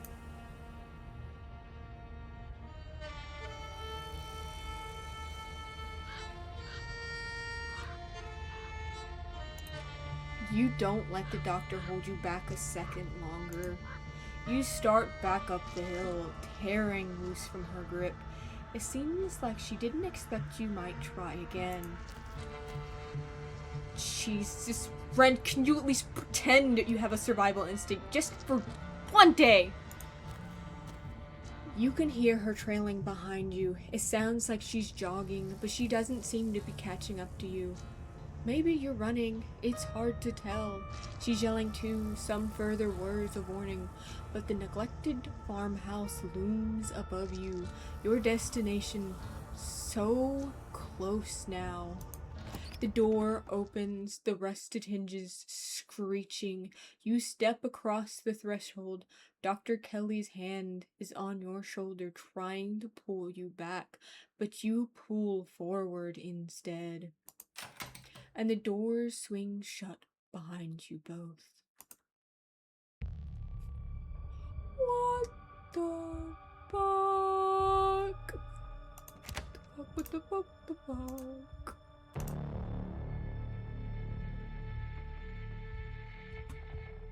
Sheriff Hugby dangles in the middle of the room. An axe attached to some strange mechanism in the ceiling is embedded in his face, holding up his corpse in an imitation of life. Jesus. Don't move, Doc. This place is a damn death trap. Past the body, you can see a giant pumpkin through the door to the garage. Cracked open, its guts strewn across the floor, seeds dotted across the hardwood like a trail of breadcrumbs leading to the basement stairs. What the hell is going on in here? Damn it, Derrickson! We don't need all these bodies to look out for. Franklin already nearly shot himself. Do come on if you can refrain from any further interference in police activities. Without my interference, you might have 2 dead officers to deal with. Now, if you'll excuse me. Franklin, how's Bo? You got eyes on him? The officer's voice calls from behind the wall of roots blocking the basement door.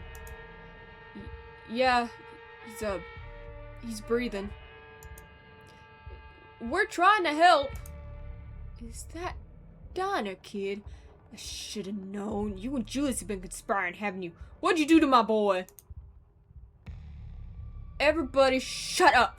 Damn it, there's no signal in here. I've gotta step outside. No one else had better die while I'm gone.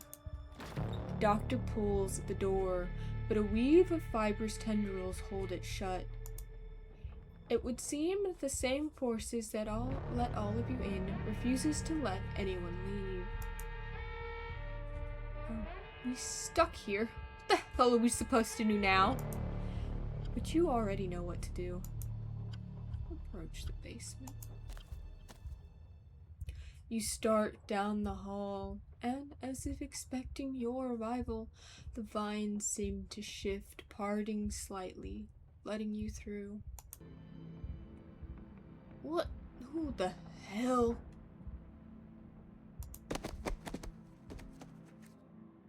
So you tried to undermine me, witch. I should have known you tried to find a way around the rules. You trapped the town. This isn't what any of us wanted. You should nullify the deal before this gets any worse. It's just unhappy. I didn't think something like that would be so opinionated. But I have a plan to placate it. If it wants a less broken body, it can have one. Then we'll see if it still feels cheated enough to hold a grudge. It's not too late, Enoch. You can let Addie have the baby and your family can go back to normal, happy and unburdened. I'll clean everything up. It can be like nothing ever happened. I'll even leave town. Manipulative hag, that's all you wanted all along, wasn't it? This whole ordeal was just an opportunity for you to have access to it. Well, I know better than to hand an ounce of power over to you, Verena. Hey. You're not dead, are you?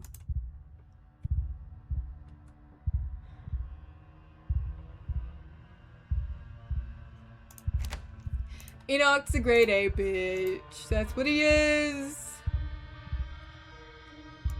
Enoch fucked everyone over. Even the witch. The witch? Sybil? She sent you. She tricked you into taking her side in all this. Guess I should have known I probably wasn't the only one whose life she decided to fuck with. But all that ends now. I'm in charge here, and I'll get what I was promised. Hey man, calm down. It's all good. Fuck. Your vision finally focuses. Your mind is once again your own. Avery watches you furtively from across the room. The man, Julius, holds a gun in a silent threat. Franklin sits hunched in the corner, his expression icy and unreadable behind his sunglasses. And in the corner is Bo. Something is attached to him, the source of the awful noise. It stutters with pained inhalations. Bo is still breathing, but he doesn't look well. The stone brought you here and stuck you in the middle of another nightmare. Ren, we can't get to you. The door's sealed shut. Even as she yells to you, her voice is faint, barely audible behind the now thickened roots and vines that block your escape. How's Bo? How's my boy? Let's bring Ren up to speed, Julius. She looks a little shell-shocked. Where do I fucking begin? Alright. So the witch, I caught her doing some shit she shouldn't have been doing, and she offered me a deal if I kept it to myself. Always wanted to raise a boy of my own. God never saw fit to give me the chance. She gave me the means to right that injustice. Only it obviously didn't go the way it was supposed to. Calloway's interfered, just like always. Made it so I had to hatch him earlier than he was ready, and he came out hungry. Too hungry for me to handle. He kept trying to get at me, so I had to hole up down here. Been stuck since fucking Wednesday night. Damn roots won't let me leave, and they clogged up the drain, so I will have been able to call that witch and get her to make things right. But I am a man of preparedness. Figured I could wait it out until Bo here decided to trespass. Guess he lost a tussle with my boy, and the two of them wound up down here with me. And that about sums it up. I guess in the end, it's only fair, a son for a son. And birth ain't ever pretty, is it? It's not like doing it the old-fashioned ways, all sunshine and roses. Just hope he winds up looking more like a person when he's done cooking. I don't give a shit about your story, Tremaine. None of this is a reason to shoot a cop. I didn't even hit you, you fucking pussy. And it was self-defense. Castle doctrine.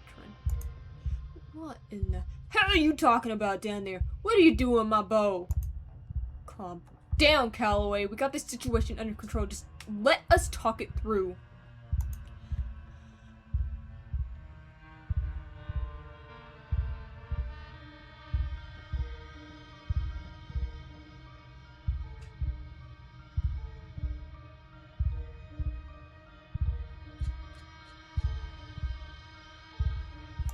You said you've been down here since Wednesday. Why didn't you call anyone until now? Because this was my business, and you city people have no true concept of privacy, do you? But I'm not so prideful. I can't admit this particular situation got out of hand. It's that damn witch's fault. She knew this would happen. All this was a long con to get me out of the picture. I bet anything. Part of me only wants to survive this all. What the fuck? Part of me only wants to survive all this unscathed so I can rub it in her face.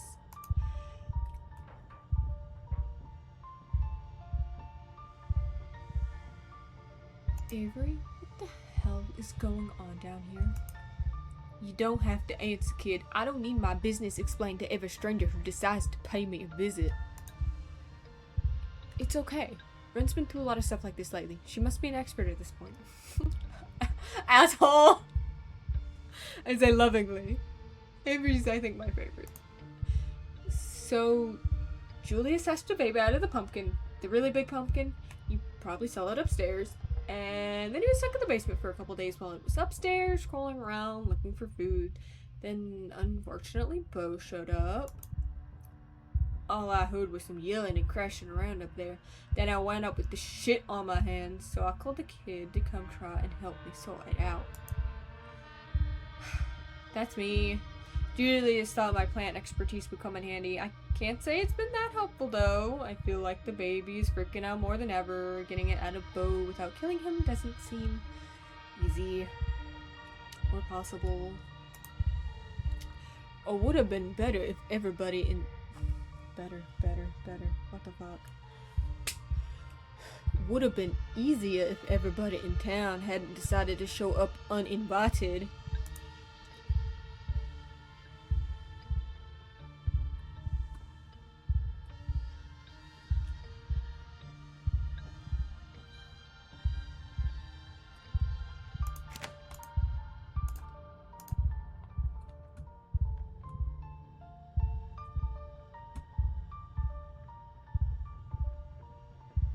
What happens if I touch the kid? Can I try and touch the kid? The weird pumpkin baby?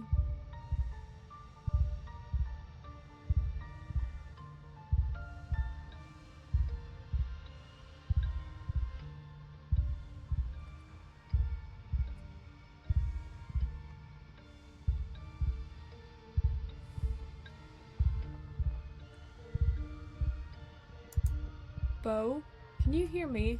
You alive? Where's my daddy? I'm here, Bo, and your mom is just outside. It's gonna be just fine, Bo. The office is gonna get you out of there and everything's gonna be fine. I think I can see it. Look, all those bumps under his skin. That thing really did go deep. That thing is my son, and you will address him as such. Sorry, Julius. Listen, clearly you need something. You woke up talking about the witch. You want to know where she is? I can tell you how to find her. If none of you does anything stupid, then I'll tell you what I know. Sound fair? No. Oh, what the fuck? The conversation is erupted. The conversation is interrupted by Bo shifting uncomfortably as the creature lets out a guttural moan. That's my boy. Oh wait, hold on. That's not who he's talking. That's my boy. Enough of this bullshit. Somebody help me get this axe down. I'm not letting some damn tumor stop me. Are you sure, Duke? What if it triggers another trap or... There's a sound of something being torn free from wood, then hacking at the vine-like tendrils blocking the doorway. But no progress seems to have been made. For every piece severed, another grows in its place. Bo writhes as if he can feel it, his face twisting with pain. And in a mirror to his suffering, the house groans angrily as the meat nestled between its walls constricts. This thing, threatened, is tightening its squeeze. Duke needs to stop if he doesn't want his son to die very soon. You want to bring down the You want to bring the damn house down, Duke? A string of desperate curses from upstairs. But the axe doesn't stop swinging. Bo squirms with discomfort. The baby seems to be digging deeper.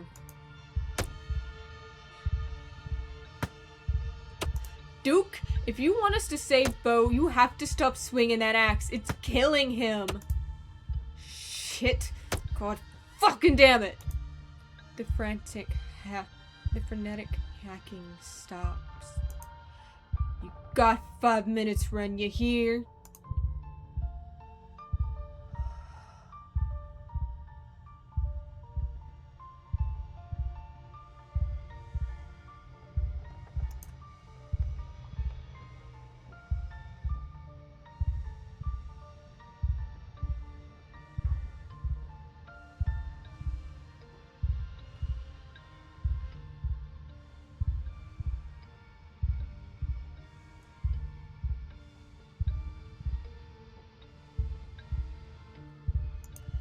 Is there really no way we could separate him from Bo? Maybe if we offered him something better. This ain't a debate. Shut up, or I'll shut your mouth for you. I don't know, Julius. I still think there's something we're missing. And if Ren thinks so too, maybe it's worth talking about again. That's why I'm here in the first place, right? To come up with some other solution. And you and I already decided this was best. That discussion was had and done with before anybody else even showed up.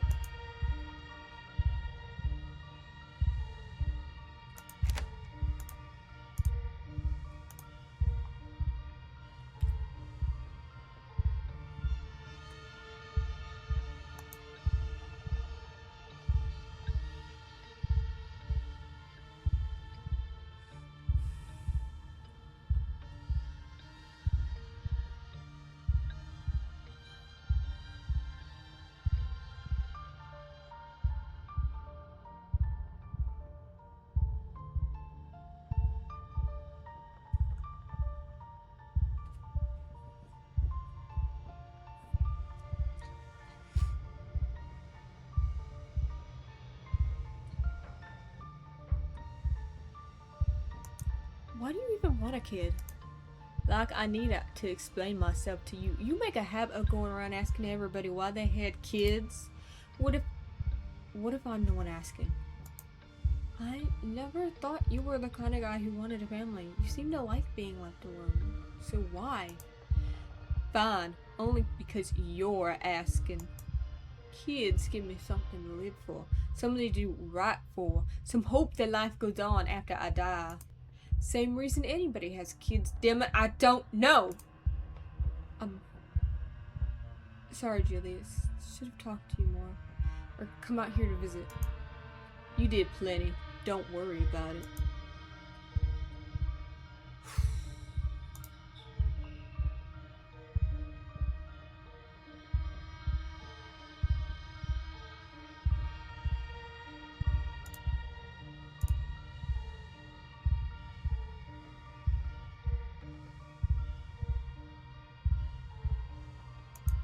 How do you know it'll stop with Bo? It sounds like it was hunting you before it found him.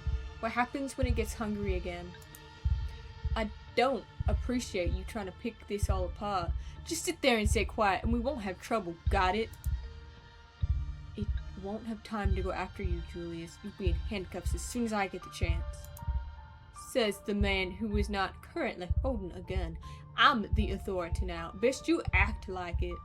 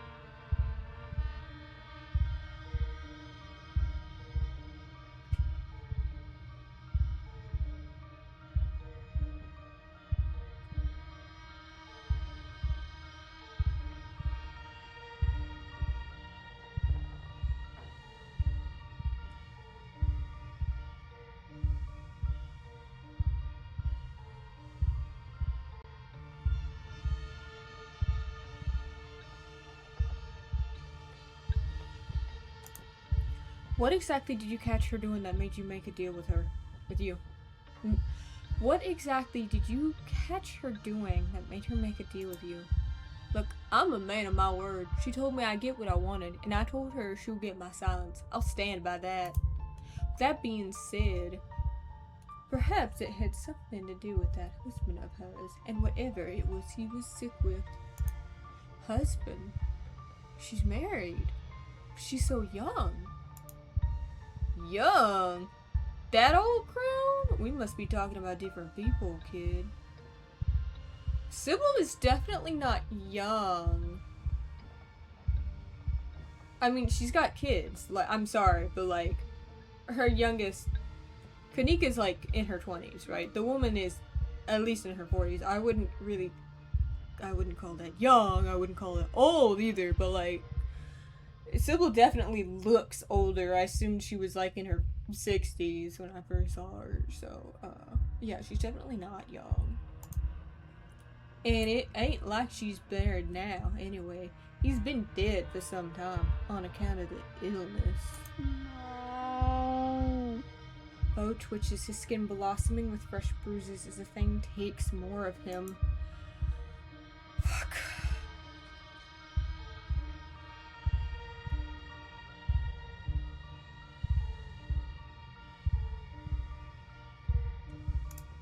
Ah!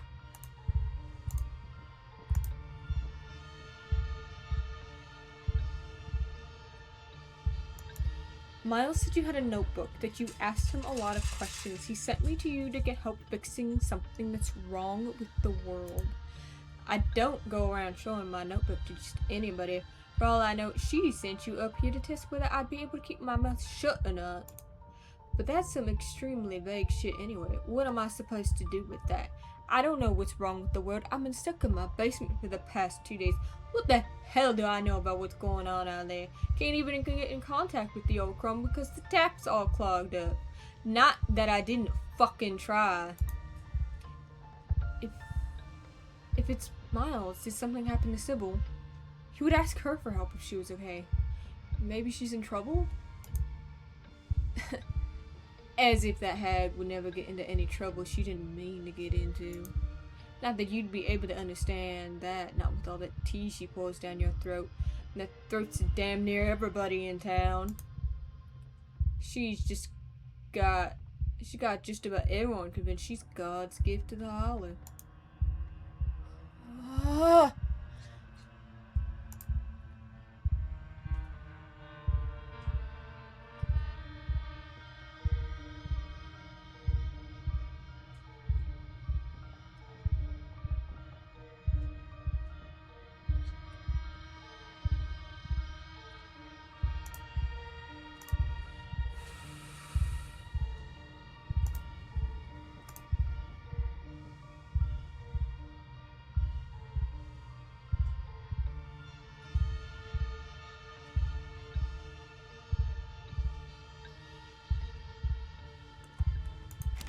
Alright, one more question, and then we're gonna, progress. Maybe if we let Dr. Kelly in here, she can help. We might save Bo without killing your son thing. I don't know if Julius is the one you have to convince. The baby's pretty freaked out right now. It's getting worse since everybody started coming in. It's trying to protect itself. That's right, my boy's got excellent instincts for self-preservation. The baby's reaching out. So unless he decides to let her come down here, we best leave it be.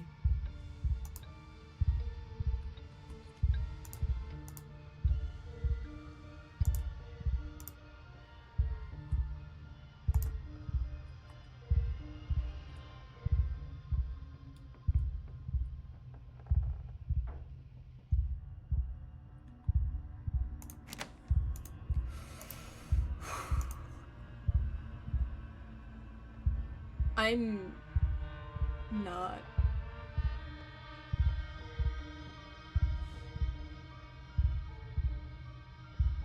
I'm gonna get shot. Somebody's gonna get shot. It might be me. The waiting brings you to your limit, and then it brings you past it.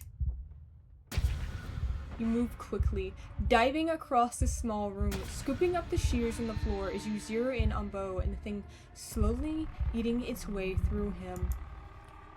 Hey! Hey! The shears come down on the thing, piercing its unnaturally soft chest.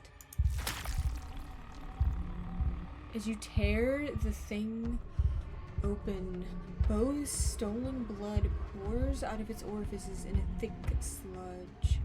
Bo gasps as if it's him you've stabbed, the thick veins under his skin expanding, writhing. No! You'll pay for this! Ah, shit, I knew it. You whirl around to see his gun trained on you, your heart freezing in a split second of utter terror. But Deputy Franklin seizes his moment. He lunges for his gun, grabbing and aiming all in one cop movie motion, turning Julius's tension away from you. 2 shots are fired, so close together it sounds like an echo.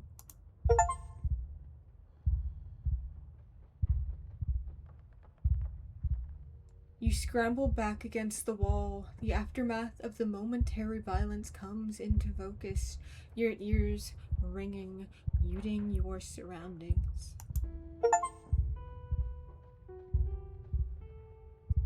The baby isn't moving. Bo, in contrast, shows clear signs of continued life, shifting uneasily despite the vines still embedded in his skin.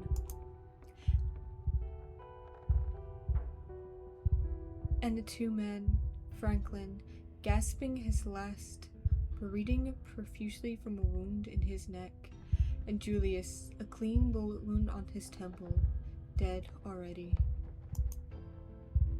Can't see. Is he dead? He's dead. Did I save anybody?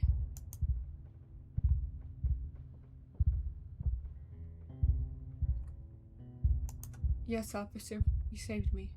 Thank you. Franklin doesn't say anything. He slumps, his chest no longer gasping any desperate sips of air through his mangled neck. Finally, the vines slacken, the womb no longer needing to hold itself together, now that the thing it was feeding has died, along with 2 of its prisoners. The faucet in the corner of the room, finally unclogged, bursts to life and water pours out onto the dirt floor, mixing with the fresh blood and tissue into a carnal horse slurry. Carnal house slurry. Daddy. It's really dead. Julius and Franklin. They're both dead.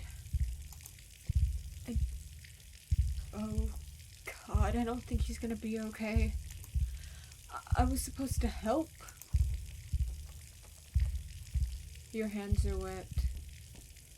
The water is spreading, pooling around you, making the floor slippery with mud. Somebody finally trusted me enough to ask for help, and this is what happened? What if we can't save Bo? Why did they have to die? I was supposed to help, and they died. Even the baby, it didn't know what it was doing. It didn't know it was hurting him.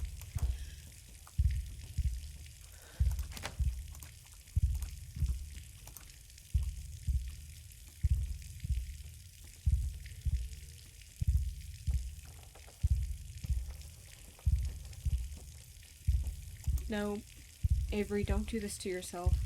I'm the one who went for it. I'm the one he called. I'm the one he asked for help. The water is suddenly much higher. It rises up past your ankles. He trusted me. He had faith that I would fix things. It was my chance to do something right. And instead, I just sat here and watched everyone die. Duke finally managed to push his way through the vines to the top of the stairs. He rushes down the steps, Dr. Kelly falling close behind, her eyes wide with horror at the scene in the basement. Oh, God, what happened to him? But what have they done to you? That is a short man. Bo, can you hear me? Uh-huh. Am I getting a checkup? You sure are, Bo. Stay with me. I'm sorry. I'm sorry. I tried. What do you mean you're sorry? What did you have to do with this, you freak? Did you help that rat bastard? Did you lure my boy in here?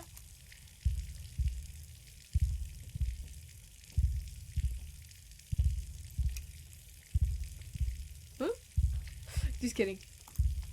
Hey, the basement is flooding. Am I the only one paying attention? It's up to your chest now. There's no denying it. But no one notices other than you.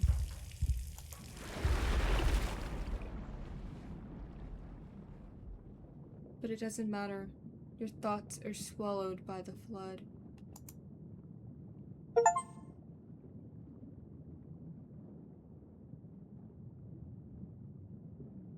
You feel like you're choking.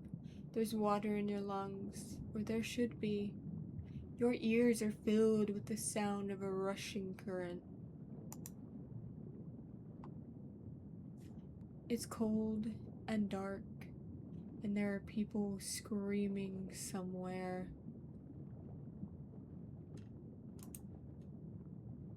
Oh. Oh. Oh. It's an eye. There are bodies in the water with you. They are all dead. 1,000 corpses, 1,000 homes, all torn to pieces. But the flood recedes. It hasn't happened yet.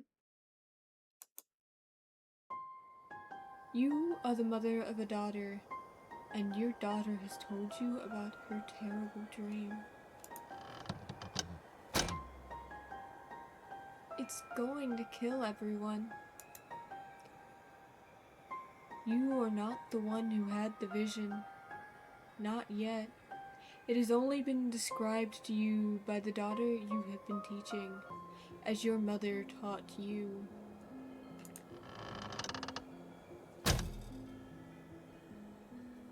You're the only one who can stop it, Mother, but you won't be strong enough.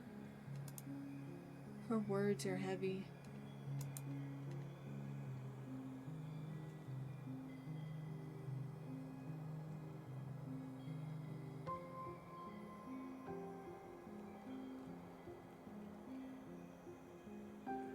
Of course I'll stop it. Don't worry so much, daughter. No, Mother, I've seen it.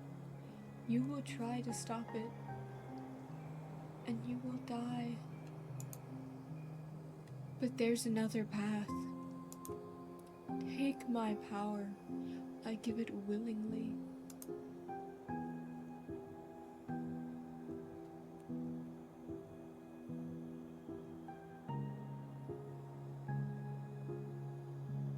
But I want you to be your own person. I can't do this to you. I can't lose you.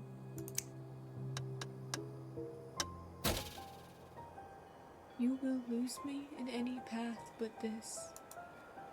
If we do nothing, we'll die with everyone else. If we flee, I will have the weight of 1,000 lives on my shoulders. I couldn't live. I would be lost either way. This is the way it must be. Accept and take your daughter back. You accept your daughter's decision, She is not the child she once was, and there is confidence in her that you have no choice but to respect. You take her back. Her power becomes yours. The flood does not come.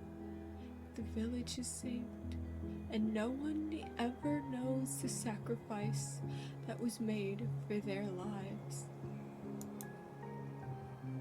No one but you. Years have passed. You outlive everyone you used to know. You move on. You meet new people. You start a new life. You have another daughter. This time, the vision is yours. The piece of your first daughter that lives in you shows you what is coming. Rotting bodies in the street, the smell of sickness on the wind, church bells ringing for an endless parade of funerals, an entire city whose gates will never reopen, everyone inside the walls falling to the curse of the plague. You are among their number. Your body no longer strong enough to even heal itself. You are not enough to stop it. Not as you are. There is another path, a narrow thread. If you were stronger, you could tug at it and unravel the tapestry of the future. Mother, what's wrong? Your daughter will never be as strong as you are, not after what you had to do, but she still carries in her some strength. Enough. Explain it to her as it was explained to you. You tell her what's coming. You explain what she has to give up, what you both have to give up. You love your daughter. After all, you will miss her as you miss your first daughter. She is angry. Even when you try to explain that she will be a part of you, that she won't die, she cries and cries, and she tries to run away from you. Fate is attempting to cut its loose thread.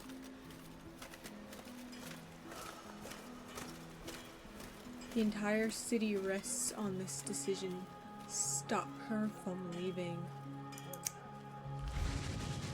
You do not let your daughter run from you.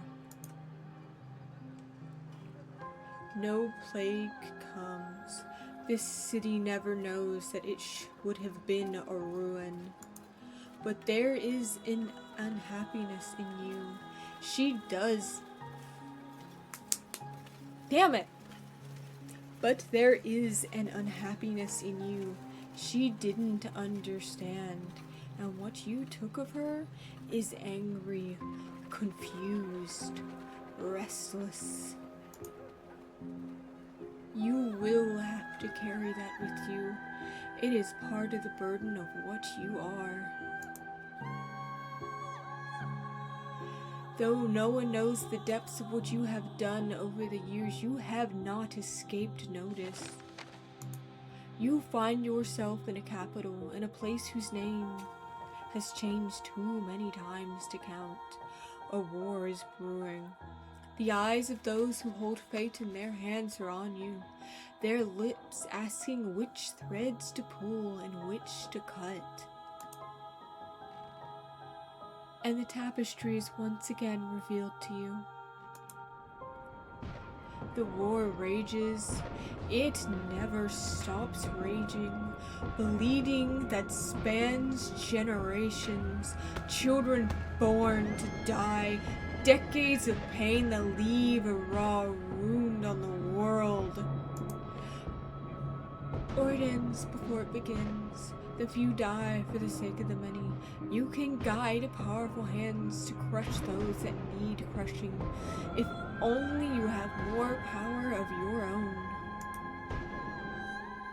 You call your daughter to you. You raise them differently these days. The disquiet left by the reluctant daughter taught you a permanent lesson. They don't need convincing anymore. They are ready to return to you whenever you need them. Take her back and stop the war before it starts. This daughter joins her sisters easily, as she has been trained to do. You are the only one who remember her sacrifice and her name. A small rebellion is crushed before it becomes a revolution. The people in power are happy. You leave. You don't want to see any more visions of war. You set your sights on a place where there are no kings. And yet, even an ocean away, power finds you, a man with aspirations. Anyone can hold power here, you have discovered, if they are vicious enough to want it. The hunger in him senses the power in you, and for a time you humor him. You allow him to give you a life of comfort, you and your daughter. You don't see a future where he ever grows more powerful than you can manage. Not until the vision comes. A war like none the world has witnessed. A fledgling nation devoured in the nest. A man who sits on a throne where none was meant to be. The world under his cruel fist, bowing to its crushing weight. The very ocean stained red by his influence. He is already on his way, you realize too late. You have been too close to him to see it. Your choices have already narrowed. The war is coming now, whether you... The war is coming, whether you strike now or not. The loose thread sticking out from a mass of blood, with you too weak to grasp it. But you have a daughter. You always have a daughter. Until you don't.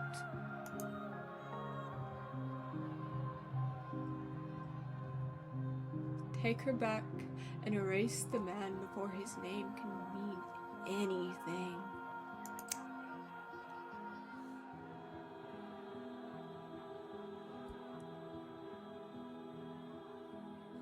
She joins her sisters, as is her destiny, and you remove him from the world.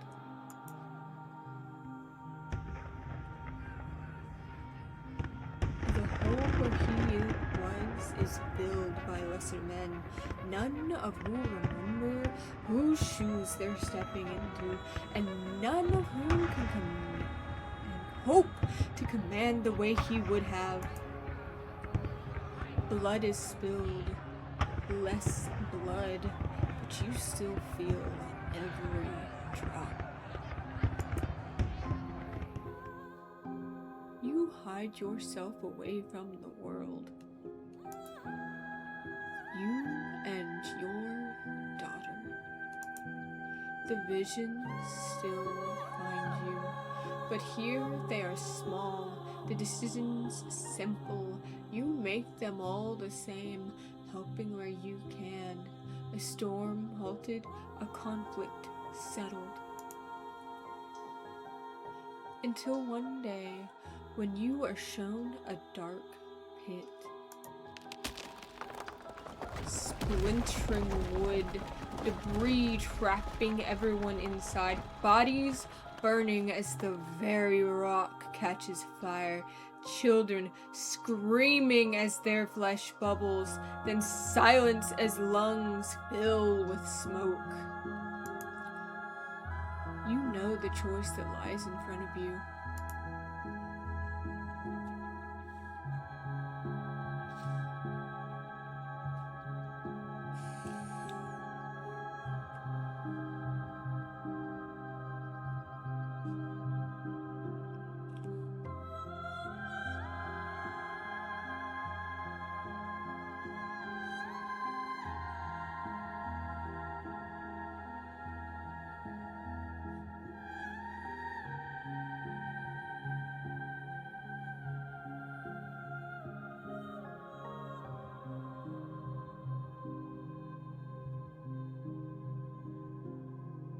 So we're playing a civil, right? That's the conclusion I've come to understand here. Like, I can't imagine it being anybody else. Which does not bode well for Kanika. The fact that she hasn't been mentioned in this chapter is concerning. And this sounds like the mind collapsing, but we know it happened, right? And I'm logically trying to make it, like, place this as I assumed Sybil made the choices, which to me makes me think she didn't this time, if that is in fact, you know, the whole mind collapsing. Just so everyone understands where my mind is at right now before we go into this. Not this time. You take your daughter's hand and you look her in the eyes. They're green like yours. You don't want to do it this time. You stare out over the hills together as a plume of smoke rises into the air, but you can't hear the screams from here. You assume you will die one day, like anyone else. After all, you're long past due. Maybe you'll be lucky enough to know your grandchildren before you go. Then the man comes, and with him, a vision. He has already decided he's bringing something here, something ravenous that doesn't belong, but that has been pressing at the edges of your world, trying to find a way in. It has its way now, whether you help him or not. More of the thread you followed comes into focus, and for the first time, you follow it beyond your death. Disaster after disaster, crisis after crisis, thousands of years of little cuts that you weren't there to mend. On and on it goes, longer than you can ever hope to follow, its toll eternal and incalculable. But there's a new thread, too. If you are patient enough, if you are strong enough when this moment finally comes, if you do everything right, you can devour this thing that sits outside the world. And it will give you so much power that you will never have to take back a daughter again. You could fix as many things as you'd care to fix. Floods, plagues, wars, kings. You look into her green eyes, so so much like yours.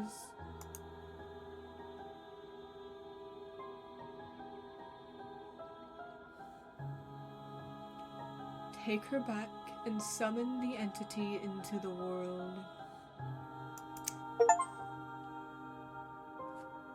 You welcome her back as you have with every daughter before her, and you help the man.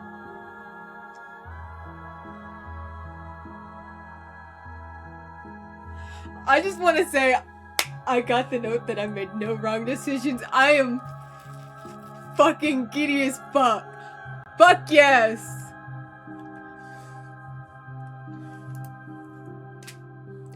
He is arrogant. He cheats the thing from another world in every way he can. He wastes your time.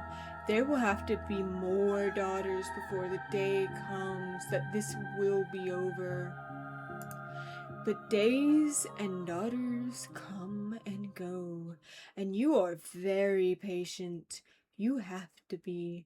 If you're to stop the hurt that would scar a world without you there to guide it.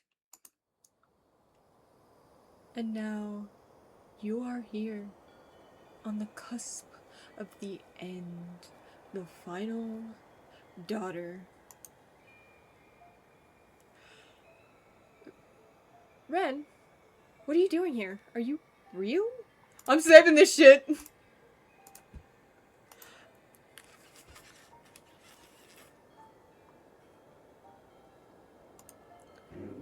No, it doesn't matter. I don't care if you're a dream or not.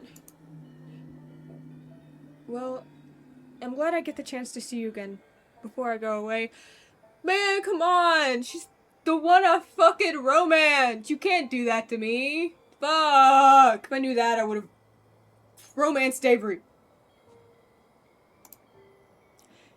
And before you say anything, I've already made my decision, so don't bother trying to talk me out of it. I've already started one with her. What the fuck are you on about?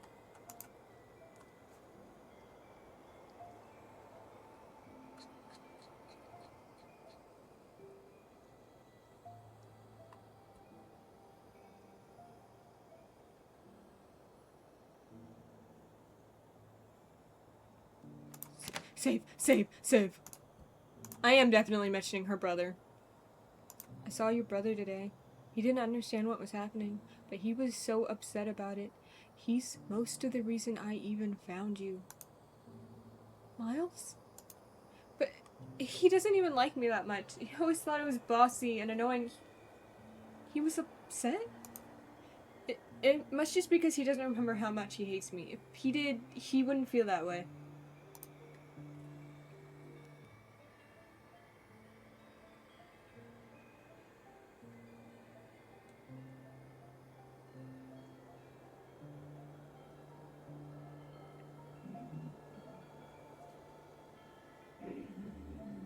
What exactly is she trying to prevent? Do you even know?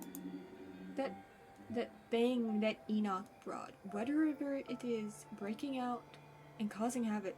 And all those disasters my mom would be able to stop if she takes its power for herself. I'm so much smaller than all of that, but in this moment, I can be what stops it. I can be big enough. My life can be meaningful. Do you really feel like you have to sacrifice yourself for your life to have meaning? Working at a shitty little general store in a dying town, yes, I would call that pretty meaningless. And I think you and I both know I wasn't going anywhere in life. Sure, I told myself I'd be getting back to school, but it's not like I was working hard to get out of there. Or would have just sold the store by now. But I didn't, because some part of me knew I had to be here. Now I know why.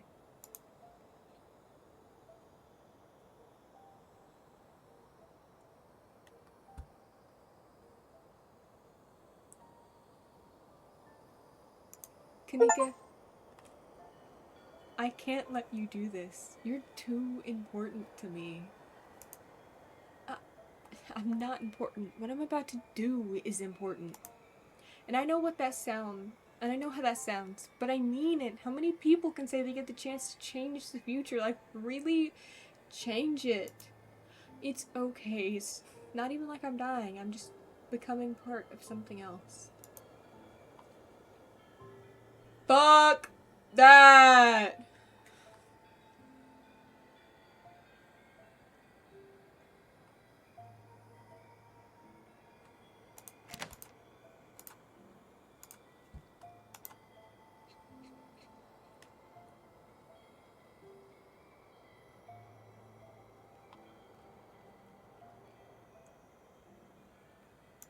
Have you ever been happy, Kanika? Have you ever been allowed to make a single decision for your own joy? Now's not the time to make a selfish decision. Lives are depending on me. Some people are meant to be happy. At least here I can do something useful. I'm just some dropout who runs a failing store in a failing town, and nobody's even gonna remember me when I die anyway. So I might as well do the one thing I can that will ever actually matter. Everybody's better off without me. I just disappoint you. I'm crying. Why am I crying? As tears well in her eyes, the witch's illusion crumbles around you. Quiet, dear. There's no need to let Ren talk you in circles. You already know the right answer, remember? Let me go. I don't want to do this any... Ren, you have no idea what kind of danger you're putting yourself in by being here. You think you're doing the right thing, but all you're doing is dooming countless lives, starting with yours. Tabitha too. I'm sure you've noticed how stressed she's been. She carries an incredible weight on her shoulders, but she can finally be free if you let me do what needs doing. Kanika can't save you on her own, but I can. I am only able to tell you so much, but I tried to show you what I could. I hoped you would be able to trust me by now. For your sake.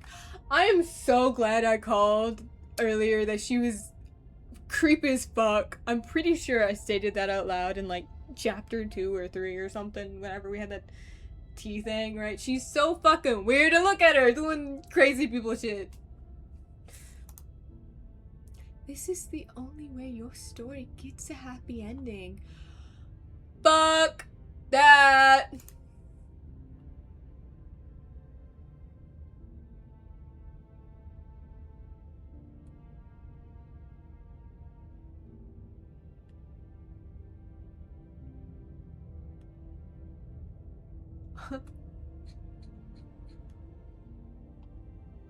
But it won't be a happy ending without her. What kind of happy ending is it if Kanika dies? The kind where everyone else gets to walk away, free from the specter of the past, yourself included. I know you care about her, Ren. I'm sorry that it has to come to this, but it's the only way. Believe me when I say I understand the burden that's been placed on you. I promise you that you won't even remember her when she's gone. I'll make it so your conscience will be entirely clean. Fuck you! I saw your son this morning. He was confused and miserable about all this. Do you even care? What's going to happen to him if you take Kanika? All that misery is temporary. As soon as this is done, we'll return him to we'll return to him just in a different form than he's used to. We'll still be his family. We'll still love him. The question you should be asking yourself is what will happen if you stop this from finishing? Do you think Miles would be better off with a broken family in a town where everyone stays trapped? Let him be free to have a future, Ren. Fuck you! You've already made up your mind. You take Kanika's outstretched arm and pull. Stop! You don't know what you're doing! Kanika, please, you understand? You understand how important this is? I don't think I do. I only understand what you wanted me to understand. You didn't let me think any differently. Well, I'm thinking differently now. I'm getting the hell out of here and I'm taking Ren with me. At her declaration, the dream around you starts to waver. It's losing its shape.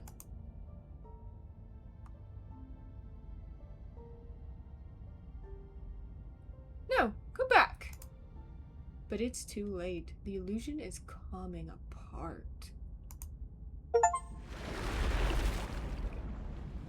Kanika pulls you with her, and the world shifts nauseatingly around you both. It feels like you're being buoyed upwards, ascending rapidly, her grip firm as reality seems to rush to meet you until finally you surface.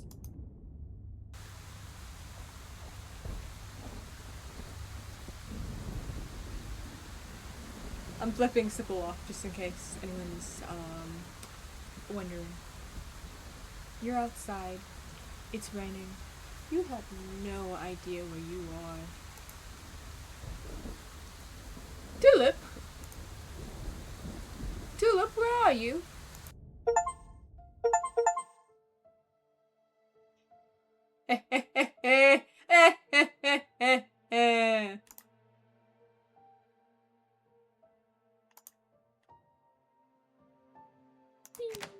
Saving!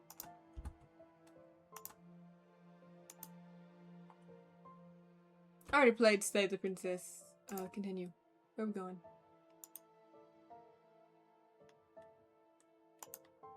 How long was that? Oh, only 2 hours and 41 minutes? I thought that would be longer.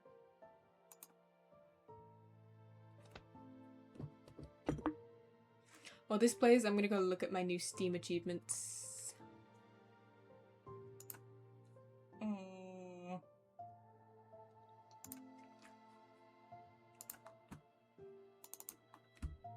Hold on, I need to pull that back up so y'all can actually see that.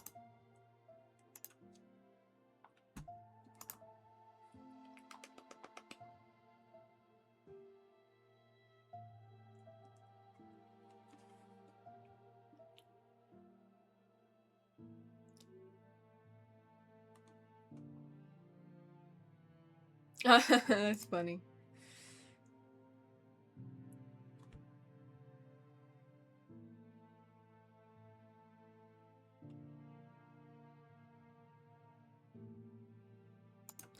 Ooh, Schism. So, join the church in your army. 2.1% of players have this achievement. That's cool as fuck.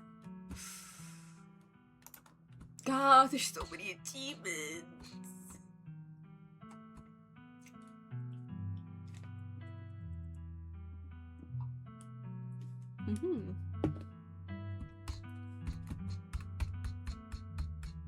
Oh, geez, that's a lot. I want to know what the,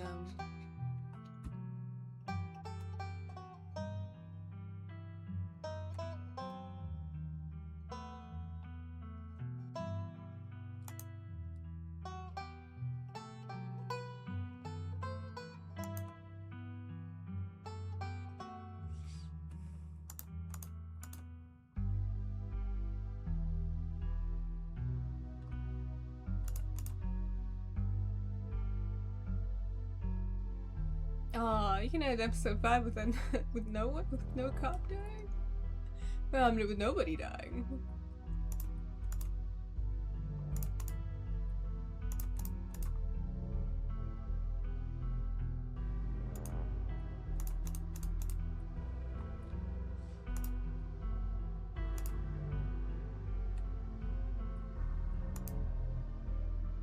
Ew. Oh my. Sorry, I'm actually just looking at all of this.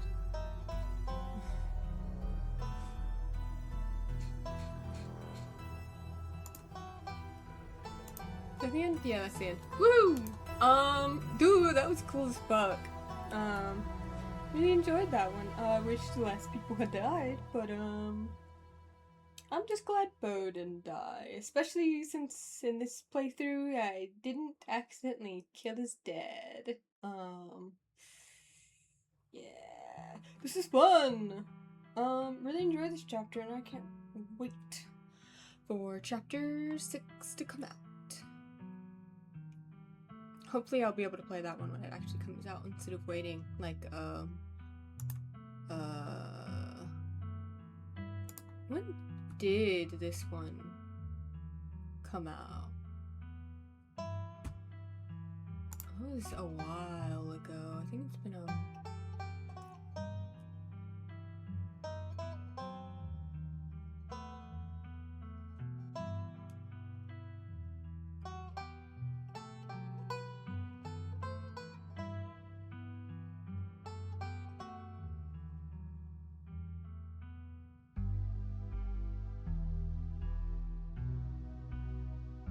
Oh, back in February, so it's only been 6 months.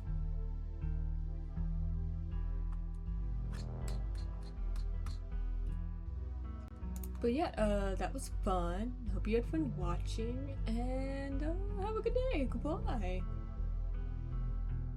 If you want, I do have a separate playthrough. I think I've only gotten like 2 chapters into that one where I try to